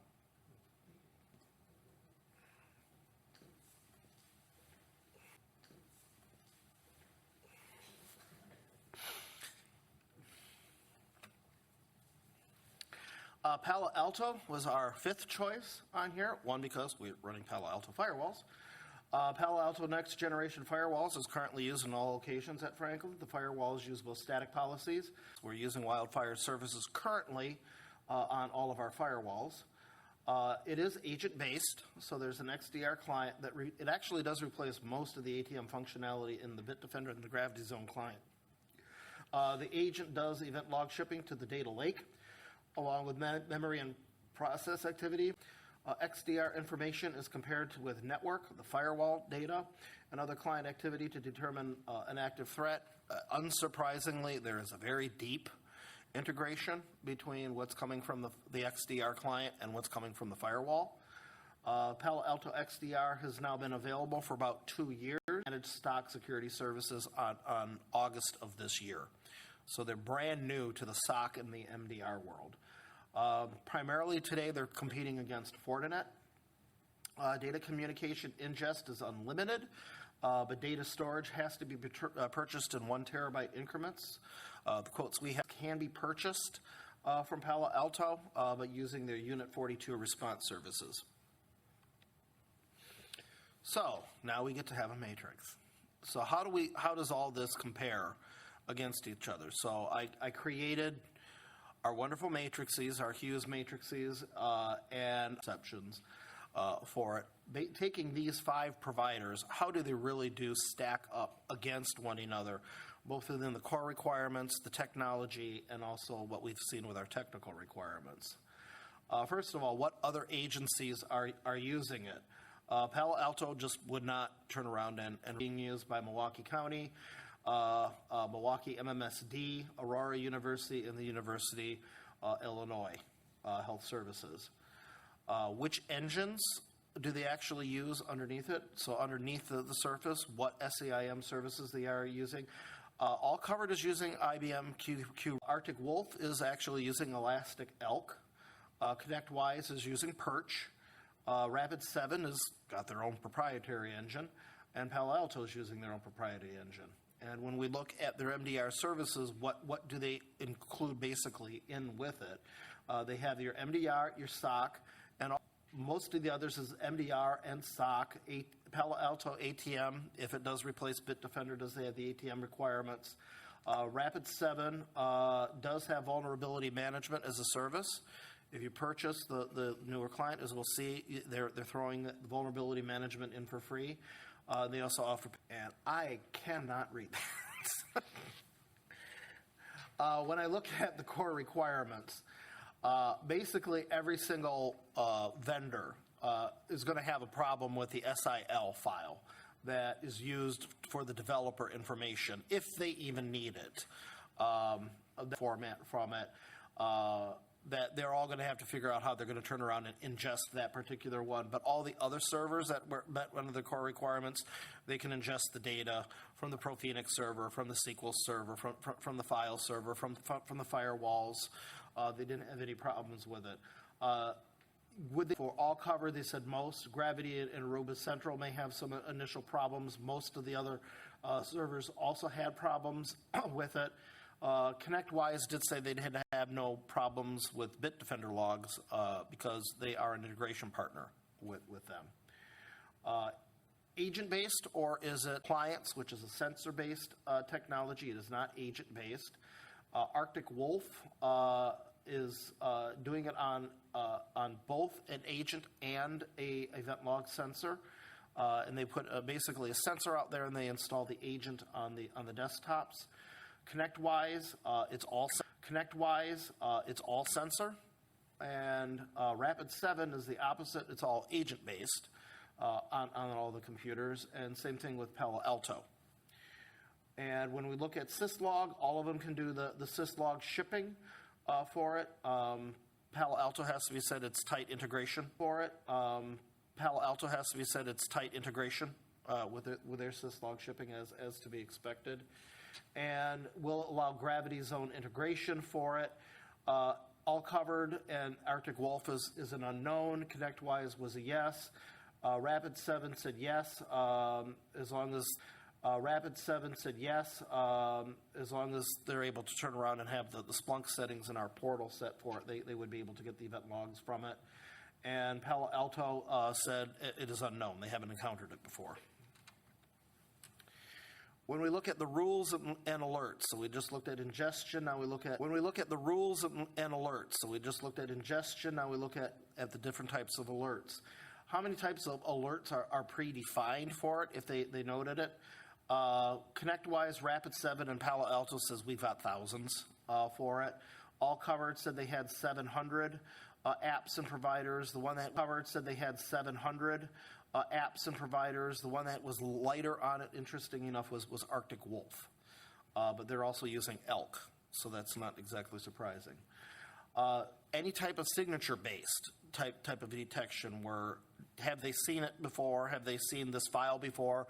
Have they seen it before? Have they seen this file before? Very similar to AV type of detection, even though you can do network detection from signature-based, just like an IDS to IDP. All of them can turn around and do it. what type of AI is involved within it. All covered is basically using sticks and taxi. All covered is basically using sticks and taxi. Arctic Wolf is primarily behavioral and pattern-based detection and geolocation. So it's able to determine if the network traffic is coming from China. It might determine that to be more suspicious. ConnectWise is limited because they're primarily ConnectWise is limited because they're primarily behavioral-based analytics, similar to IDS, IDP. They're more signature-based than the other ones. Rapid7 has 7 layers of detection, and Palo Alto uses Wildfire. How long does it take to train the device? How long does it have to be in place before it consistently be up and running and it has seen enough data that it now knows what is statistically relevant and what is not relevant? All covered, they normally say, I think that's 30 days. Arctic Wolf is normally 7 to 14 days. ConnectWise is 30 days. Rapid7 is normally 7 with a goal online around 30. And Palo Alto says they're good to go in 7 days. Storage limits. What's the maximum repository limit and retain it for? All covered. It was not. They were not giving me that information.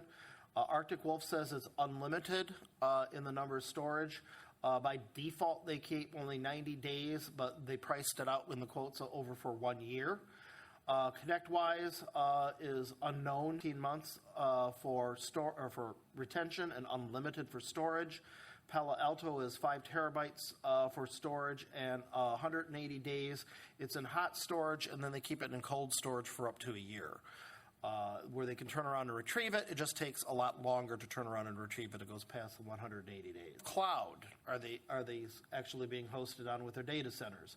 All covered is a private cloud owned by Konica Minolta. Arctic Wolf, and I think all of them now. I think ConnectWise said is public AWS. So public AWS for Arctic Wolf, ConnectWise and public AWS for Arctic Wolf, ConnectWise and Rapid7. And Rapid7, Palo Alto is mixed. They say their storage is on AWS, but their analytics is in their Wildfire Cloud, which is actually hosted on their own data centers. Where is the location of the data center? Where is the location of the data center? All covered is in Michigan and Arizona. Arctic Wolf is in Australia, United States. ConnectWise is U.S., Ireland, and Australia. Rapid7, United States. Palo Alto, XDR, United States. Is it SOC certified? Yes, all states. Is it SOC certified? Yes, all of them are SOC certified, and only Palo Alto offered it a dedicated FedRAMP for government-only customers. The Security Operations Center, how long has their SOC actually been in business? And Operations Center, how long has their SOC actually been in business? And how is it actually managed? A lot of similarities between here. The big one is years of how long they've been in business. All covered has been 10 plus years. Arctic Wolf, 7 years. ConnectWise, pretty new because they just bought Palo Alto, so that's been 2020. New because they just bought Palo Alto, so that's been 2020. 2021 is when they came in live. Rapid7, 10 years. Palo Alto XDR just went live last month. All three offer 3 tiers of technical support. All have a dedicated account manager except ConnectWise. All have a dedicated account manager except ConnectWise, which that then becomes your manager with RMM. New Era is your dedicated account manager there for it. And interesting enough, an incident manager is not available for an incident manager is not available for Arctic Wolf or Palo Alto. That they consider once they hand you the alerts, you're responsible for those particular alerts. When we look at incident response, how do they basically compare? Do they have a dashboard and are there application extensions? Does the Tier 1 review it? Do we have a process tree, a lateral tree, and also does it give you a MITRE framework for it? So All Covered has a very limited dashboard. Arctic Wolf, so does Rapid7 and Palo Alto. Application extensions, can you get additional data by extending information with services from yet another vendor? The only one who currently does that is ConnectWise. All three have a Tier 1 review being done by the SOC originally. It's 7. And there is some limited with ConnectWise, but majority it's Rapid7 and Palo Alto. The lateral tree is unknown if it's they're available for Rapid7. It is available for Palo Alto XDR because they are agent-based, and dashboard component for that particular piece. Escalation, it's the SOC that does the primary escalation. Does it do containment? The only ones that will do that would be Arctic Wolf, Rapid7, and Palo Alto. Data forensics, when we look at audits, if, for example, the FBI auditor was coming in and we needed then to get information for the FBI auditor, can they turn around and do it? All of them can do it. Most of them is prearranged. Rapid7 said they would have your incident manager directly work with the SOC and the FBI. They do it all the time. And then scheduled reports, monthly, weekly, etc. All of them could turn around and do the weekly and the monthly reports. ConnectWise can do it for a custom report. They don't have a canned report. They want you to turn around and actually use their dashboard widgets.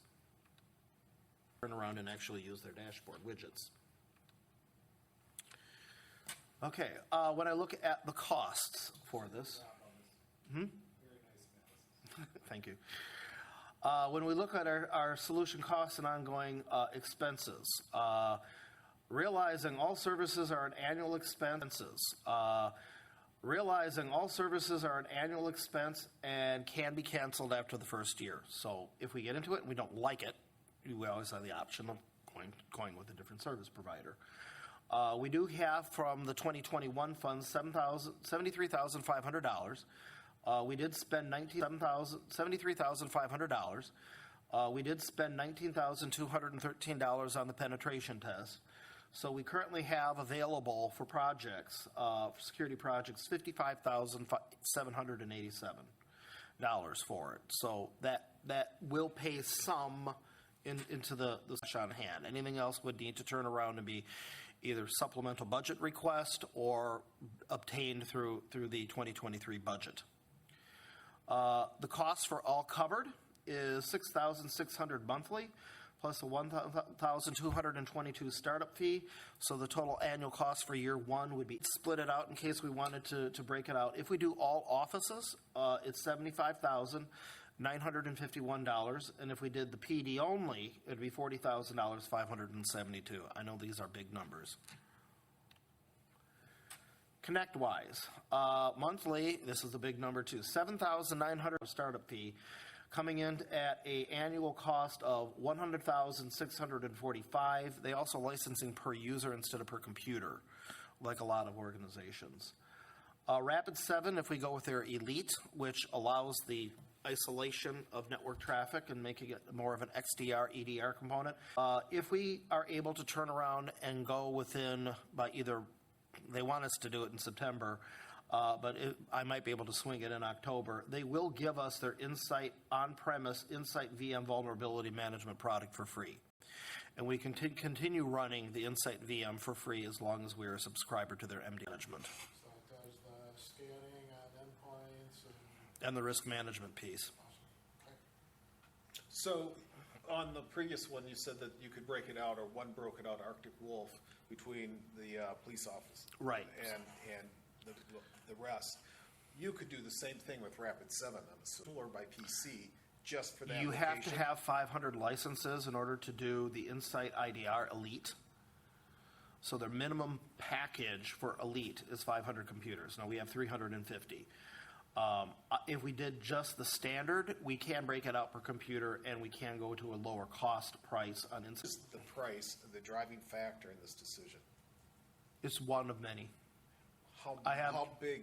Yeah, like, That's a or weight? spreadsheet I will be bringing up. Is it So when I weighted? look at my weighted grade matrix, I gave that one a weight of a 10, but there are other factors that I also Yeah. give different weights. And that's my interpretation of the interpretation. Just one last follow-up on it.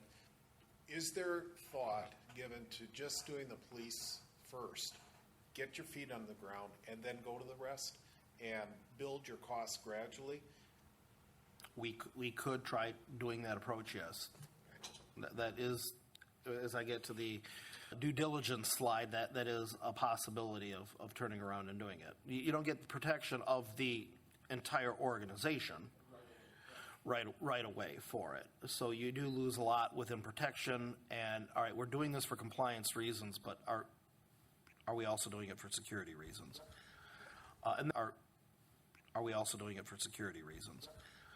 And then Palo Alto, this really was a bit of a disappointment.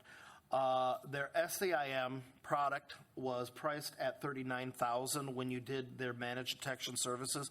They just got into this field. I don't think they realized how much they priced themselves out of it. They just got into this field. I don't think they realized how much they priced themselves out of it. It really jumped in price for it. So their total price of their MDR is $131,875. And I fell off the chair when I actually saw that quote on there, and I asked them, "Is this really right?" And they explained. Saw that quote on there, and I asked them, "Is this really right?" And they explained it, and it's like that's what they're charging for the MDR. When they don't get customers, I think they may be revising the pricing model off of it. When I did my weighted grades, I'll go to that weighted grades. I'll go to that chart shortly for it. With weighted grades, perfect score would have been a 475 off of it. All covered got 368. Arctic Wolf 385. ConnectWise with Perch 356. And then Rapid 7 rose to the top at 447 for it. I will go back to the other slide. If you want to look at the matrix with the weighted grades,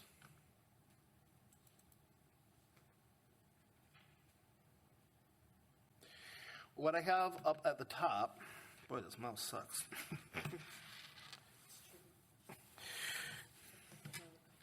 All right, it's better with.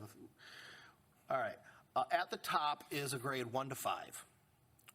Did it meet the requirements, or did it not turn around? And on a scale of 1 to 5, and again, this is completely and totally interpretational. Palo Alto, being at 137,000, got a score of a 1 for it, and no one got a score of a 5 that actually met to the $50,000 that we have available for us. So the most went over the $100,000 got a 1, and the rest of them got a 3. Then I started looking at our operational requirements, complexity, multifaceted, and cloud. A lot of similarities between them. Log shipping, they could all do it. SQL, they could all do it. File server, they could turn around and all do it. File server, they could turn around and all do it. Then when I look at the associated server log shipping, again, all similarities between it. Usage, we started seeing difference. How long does it take to train the machine? The levels of depth of the AI, here ConnectWise with Perch. The levels of depth of the AI, here ConnectWise with Perch fell down because it doesn't have the AI. Retention was a big one, particularly with Palo Alto, where it did the cold and the soft storage on there, and the number of years in business for the SOC was also a big determining factor. Palo Alto's brand new in their MDR. We would be one of their very first customers to it, where the others have been in business for quite some time. I scored Rapid 7 a little bit higher because of their Gartner,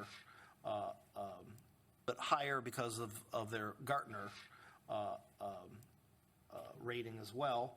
Do they give you an account manager? Will they do full triage? Full remediation is another one, where a lot of them, you get the incident, it's up to the IT department once they give you the reporting to do it, where if actual incident itself. And then when we look at data forensics? Will they help you all the way not only to incident management, but also the data forensics of figuring out exactly what happened? Does it give you vulnerability management? If we go with the XDR solution, this may change with Rapid7 versus will integrate with Bitdefender. To that, I then turn around and gave it weights. Where cost has a weight of a 10. It's the most important factor for it. Complexity, multifaceted, and cloud factor of 2. Does it SQL in the file server? Then does that integrate with the associated servers of AD, VMware, Bitdefender, or the firewall? How long does it take to train it? Is there a depth of AI analytics on it? What about the retention requirements? How long they have been in business? Do you get an account manager? And vulnerability management, and then a Bitdefender replacement. Total weights would be a score of 95. So what I then take here is I simply take from the cell at the top, score 1 to 5, times the weight, and multiply it together. That turns around and gives a score for it, and that turns around and gives a score for it, and that's how we actually turn around and got the score. Now, one could argue the evaluation between 1 to 5, am I on board with that or not, and the value of the weights. Should the weights be changed to be more reflective on a point to be more reflective on a point of view?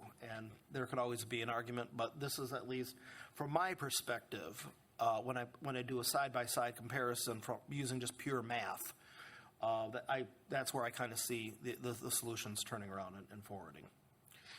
So I kind of see the solutions turning around and forwarding. So that's one reason why, in my opinion, I believe that the Palo Alto probably has a better solution. It has, I think, a more complete solution at a price point that is more affordable. Rapid7, thank you. Well, Rapid7, thank you. Well, bite my tongue. Rapid7 on it, and that's just looking at the pure math. I think it kind of shows on that level, and it's not surprising because they are Gartner 1 for it, that it is a well-trotted solution. Now, I've now spent a lot of time going through a lot of slides. A good area of conversation for this, doing due diligence, is we're looking at spending north of $75,000 for this annually, each and every single year. It's a lot of money. I fully realize it. And is this cost justified, particularly since budgets are tight? We're going into a recession economically right now. And if it wasn't for the CJIS requirement being out there, let's just pretend the FBI and the CJIS, does this still make a lot of sense? That do we live in a day and an age? I got some very good security experts here that have seen a lot. Do we live in a day and an age where taking this level of security protection is worth the expense, a big expense? Your analysis is impeccable that you went through on your weighting. I really appreciated the way in which you did the scoring. I think the results that you came up with Rapid7 is right on.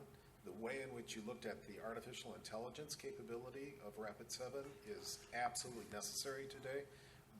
About the follow-up and the audit results and all of that forensic stuff, that's a third of the issue when you get attacked. It really is, and it's painful, and you saw that, and you addressed it here. I completely agree with the direction you're going here. Mm-hmm. And in terms of the question that you pose about, well, that's another head count that if I had that at all. In fact, this is 7 by 24, 365. This is not an amateur, ad hoc, unskilled person wanting to learn it. These are skilled people to be able to do it day one. Exactly. And a security event can easily chew up $75,000. According to Rapid7, taking the vendor at their own word, they said the average major security event costs north of $1.5 million. Data forensics alone would normally last, that was just the direct cost. Yes. Then for data forensics, on top, looking at north of $1 million to $5 million to turn around and fix the problem. so it doesn't happen again. So Jim, a couple observations and one question. So I think you stated it succinctly and honestly that you and your team don't have the expertise to do this. So I think getting a managed service, your recommendations, rapid phase of an event, I think is huge. And then you said something that was going to be a question earlier where you said, this is really to answer a compliance issue. And I've seen it before in companies I've worked with where they introduce and buy a technology simply to check a compliance box.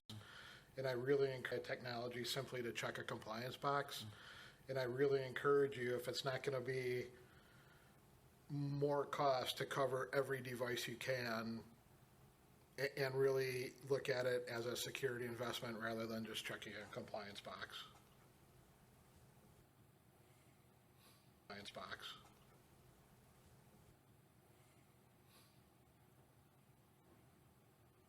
Right one. I was just curious, if you go back to your spreadsheet analysis and you were to make cost, instead of a 10, make it a 1 and see if Rapid7 still comes up to the top. Instead of a 10, make it a 1 and see if Rapid7 still comes up to the top. So you make cost the least priority.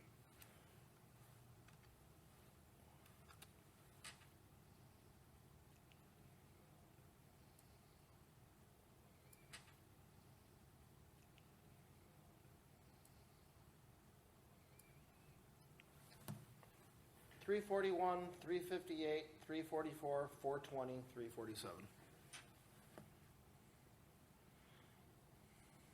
You nailed it. You nailed it. Now, guaranteed, I'm looking just at 5 vendors. Yeah, well, that's right. There are That's a right. lot out there.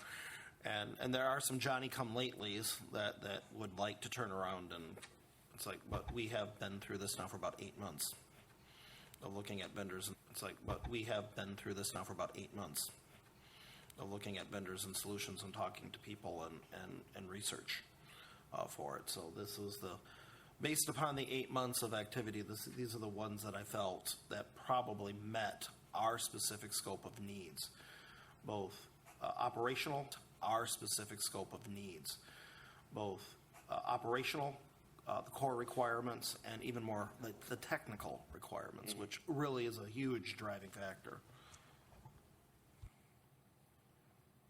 Any other thought? Going back to the due diligence. Hello, mouse.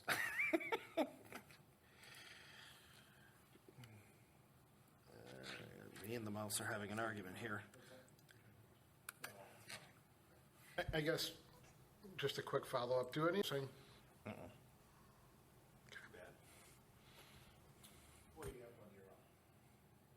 Yeah. And if you don't like it, you don't subscribe to it to the next year. One thing that I always worry about is when you get some people that dealt with Rapid7. I remember back in the days of Deluxe Data Systems where I worked in operations and I was responsible for monitoring ATMs and financial processors.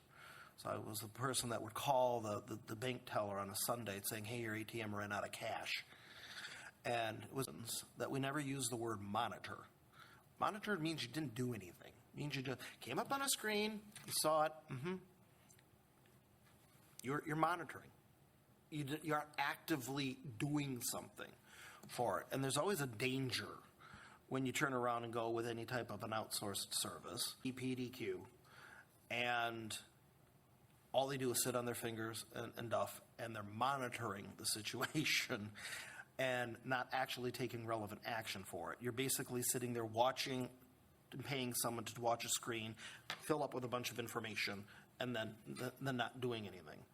At 7, at least, a situation where you felt the service, you just weren't getting your money's worth for it, that they were sitting there idle and they just were not actively engaged in working through these situations.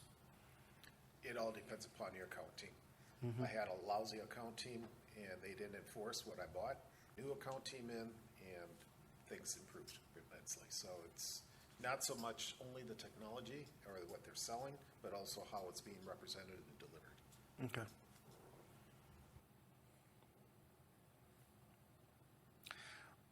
Another thing I look is if a cyber attack were successful, quickly eliminate it and accurately determine how the attack occurred.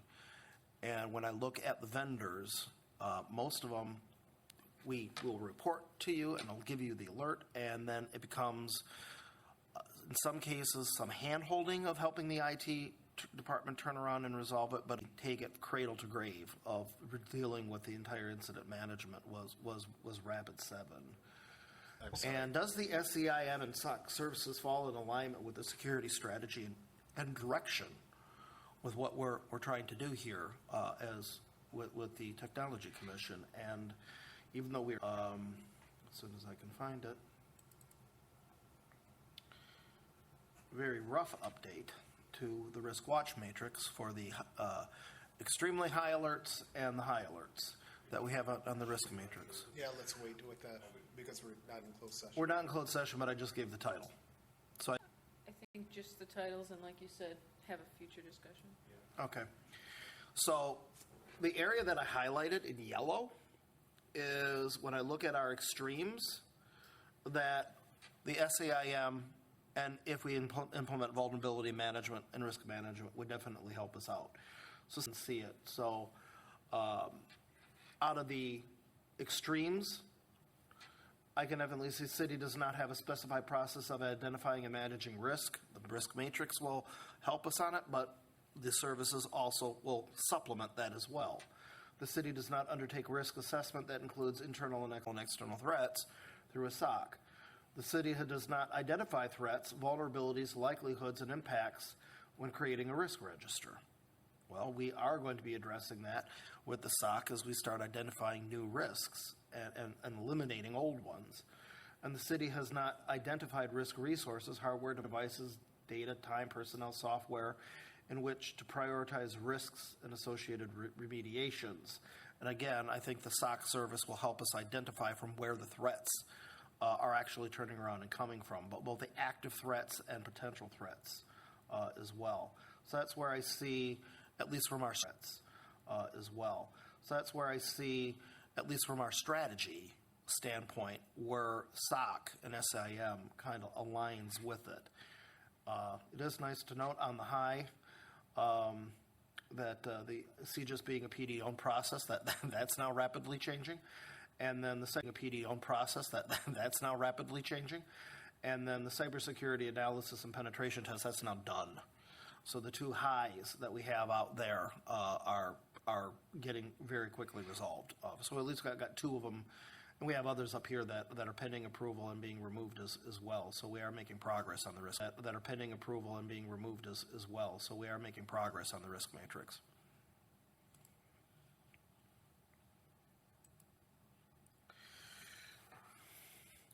With that, do we have a motion to recommend, or a motion to table, or wanting to have additional discussion, or a motion to table, or wanting to have additional discussion? Any areas of direction that you want to turn around and give?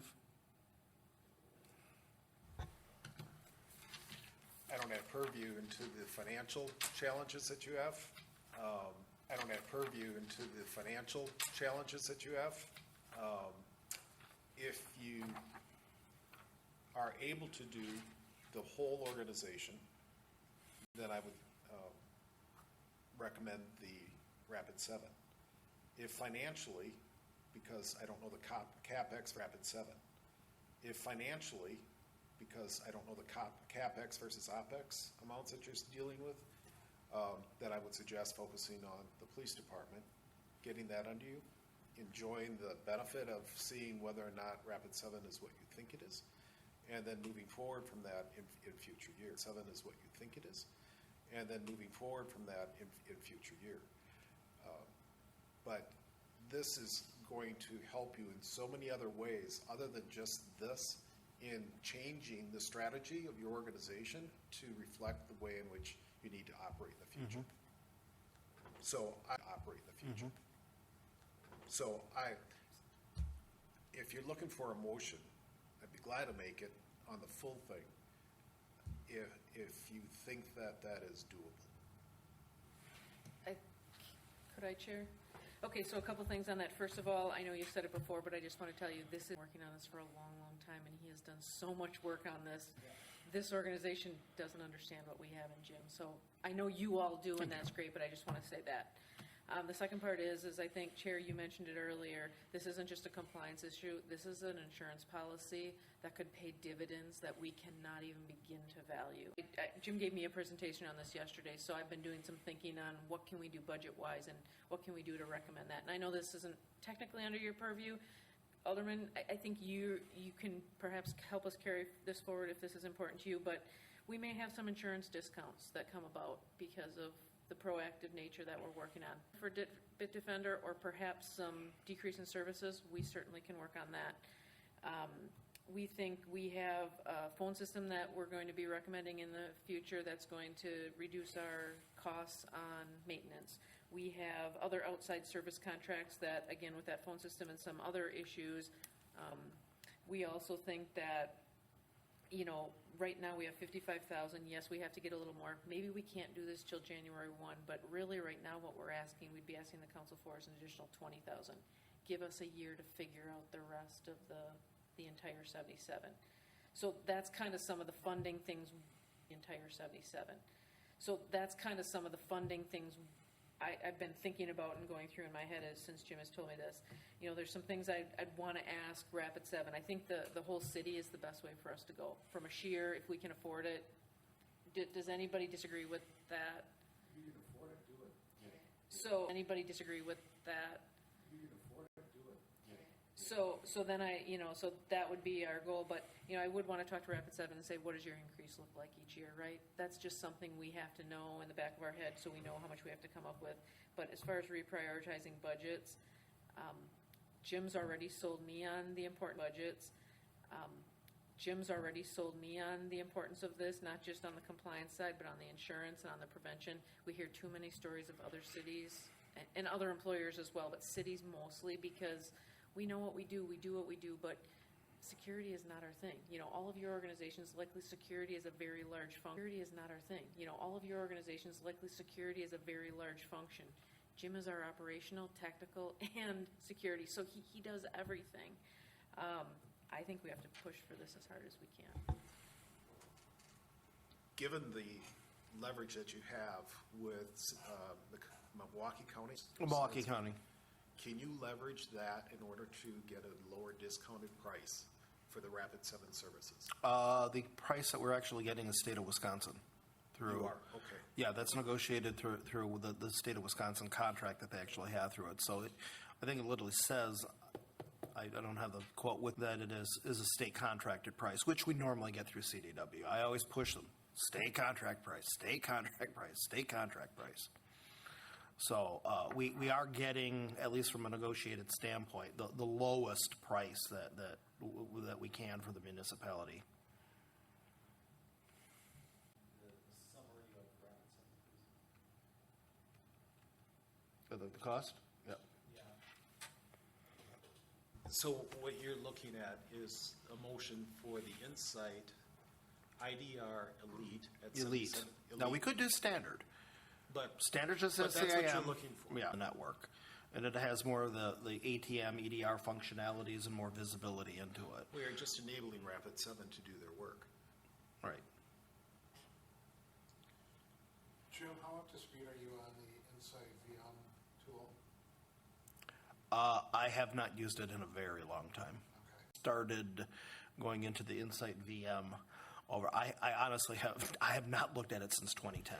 So very broadly, getting an enterprise vulnerability management tool for $13,000 in essence, right? Is the way I'm reading it? If we sign now, Okay. if we wait till So- the end of the year or Kind that, of. because they're trying to Okay. make their end of quarter sales is what it Gotcha. comes down to. Understood. All right. Now, if I can talk fast and really sweet, I might be able to sweet talk them into letting me have it till next year, because it really is no skin off their nose. Right.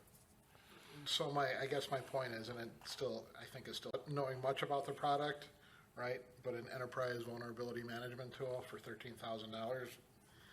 It's Yeah, no-brainer. Yeah. So certainly maybe put it on an agenda once. Maybe it makes sense, if this goes through, that's the VM tool with the commission, I think would be good. We should make a motion. You said it great if you want to. I'll give it a shot. I make a motion that the city of Franklin purchase the services from Rapid7 for the Insight EDR Elite for the entire organization. I'm not going to say the price because it may change. I second that motion. I second that motion.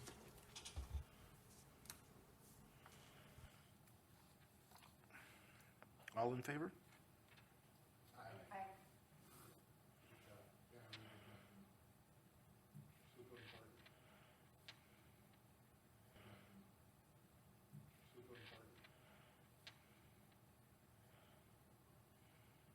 This is a milestone. Psychologically as well as just the work. Probably have not had something of this magnitude go in front of the commission. Probably had something of this magnitude go in front of the commission probably since when we bought the HP servers with moving to VMware, and then the 3PAR SAN as well. That was a very intense conversation and very insightful. I'm pleased to say, particularly with the SAN, it has not burned once, knock on wood, since the day that we turned around and put it in back in 2016. So we have gotten so much utility off of both of those SANs. I'm just dumbfounded at just how. I realize this is a stretch budget item as well, but sometimes when you do the stretch budgets is really when you turn around and find yourself into a much better position long-term down the road. Any additional comments or questions on the SIM before we move to the technical issues review, agenda item 7? Agenda item 7, technical issues review. So I'm bringing it up on the old iPad. Okay, just budget notes. IT requests have been prepared and submitted for the 2023 capital and operational budgets. The costs, equipment and component shortages, and vendor service price increases. Due to the during the budgetary process, quotes had to be solicited from multiple vendors, as some quotations came in much higher than expected, and there was a large difference between quotes.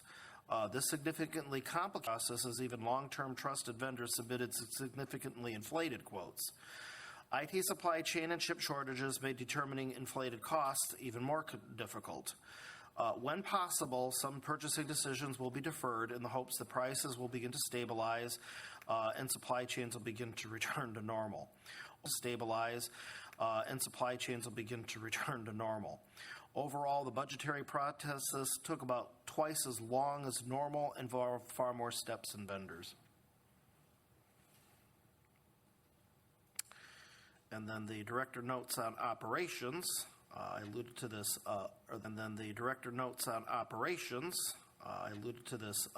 this earlier. It's very, very, very interesting. Beginning shortly after June, Microsoft's security patches release, the City of Franklin workstation laptops were plagued with network outage. Computers would remove themselves from the network, Computers would remove themselves from the network as the NIC card started flapping and continue to go up and down until the PC was physically cold booted. The issue was only with computers containing an Intel NIC on the motherboard and did not affect computers that had a Marvel or Realtek chipsets. The issue was originally reported to Aruba and Microsoft, who were unable to determine the root cause of the problem. Installing the June plus July security patches did not stabilize the computer. The PC would continue to go offline and flap every 30 to 1 condition and force the PC offline. To remedy the situation and stabilize the computer, the solution was to replace the hardware instead of remedying the software problem. USB NICs were installed on all impacted computers until a root cause was determined. After intense troubleshooting, it was eventually a problem. The vendor pushed out a new firewall driver as part of the module upgrade, and approximately at the time that the Microsoft security patches were released. Changing the Gravity Zone policies to use a slow update ring and uninstall and reinstall the firewall module corrected the problem. IT is working with Bitdefender and trying to get the new driver to work on our HP hardware in a test environment. In order to stabilize the network, IT help desk personnel had to go to each impacted workstation and manually uninstall and reinstall Bitdefender modules. This was a huge IT resource drain over 2 months. Let's see. I bought 50 additional NICs into the one. I'd say approximately 100. We have about 350 computers and approximately 100. And it also was interesting. Anything that was Core i3 chipset was not impacted because suddenly HP changed the driver. So you could tell even by years when we were going through computers and replacing them that all the computers that were replaced in a specific year that were impacted, which doesn't use Intel hardware at all. On it was not impacted either by it. That's why my laptop continued to work. It was AMD off of it. But the vendor did turn around and had 2 drivers in the firewall module, and welcome to cloud-based services. When they push something down, look out world, here it comes on it. And as soon as they pushed down the new firewall driver, that's when we started having the exact problems for it. Going back to the old firewall driver fixed it. Now it's like, okay, Bitdefender, how are we going to get your stuff to work with this specific line of hardware? With this specific NIC that all had the problem. But it caused chaos. You probably remember me coming in around the 4th of July during a common council meeting, and suddenly that computer wasn't working, and we had to install a USB dongle on the back of it. And then suddenly we got everything up and running again. So it was a nightmare for it. And it unfortunately also happened in July as they were prepping all the stuff for the election, and it was not nice to the clerk's office. But we gave them full attention to it. So it should not have happened. Full attention to it. So it should not have happened. It's like, vendor, thou shalt test on your hardware, and we were able to give them very specific models of computers that were impacted by this, and even with that, it seems like it's taking them a while to turn around and fix their driver and get it remediated. But I will say credit due, even though Bitdefender was ultimately determined to be the vendor that had the problem, they were very good and dedicated They were very good and dedicating the resources and attention and turning around and actually fixing it, especially when their development figured out, yeah, we actually do have a problem and it's our product. Microsoft was horrific in the outsourced, where they actually had to give me a refund on the ticket, was dropped the entire ball on it. And Aruba HP also was very, very good in helping us resolve it. But as we mentioned in earlier notes, yeah, Microsoft has a company right now with vendor failure, and they aren't improving things over there. But it wasn't a Microsoft problem in the end. So, Jim, I'm assuming that those last comments were your director's report as well, right, on IT operations, so that's covered? Yes. Okay, perfect, thank you. So next item 9, future agenda items. I'll let the commission take a look at those. I don't think we need to direct. Next meeting date, September 28th, 6 p.m. And then finally adjournment. Do we have a motion to adjourn?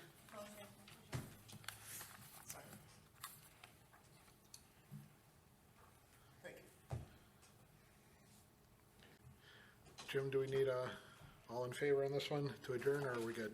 All in favor, say aye. Aye. Done. 8:18.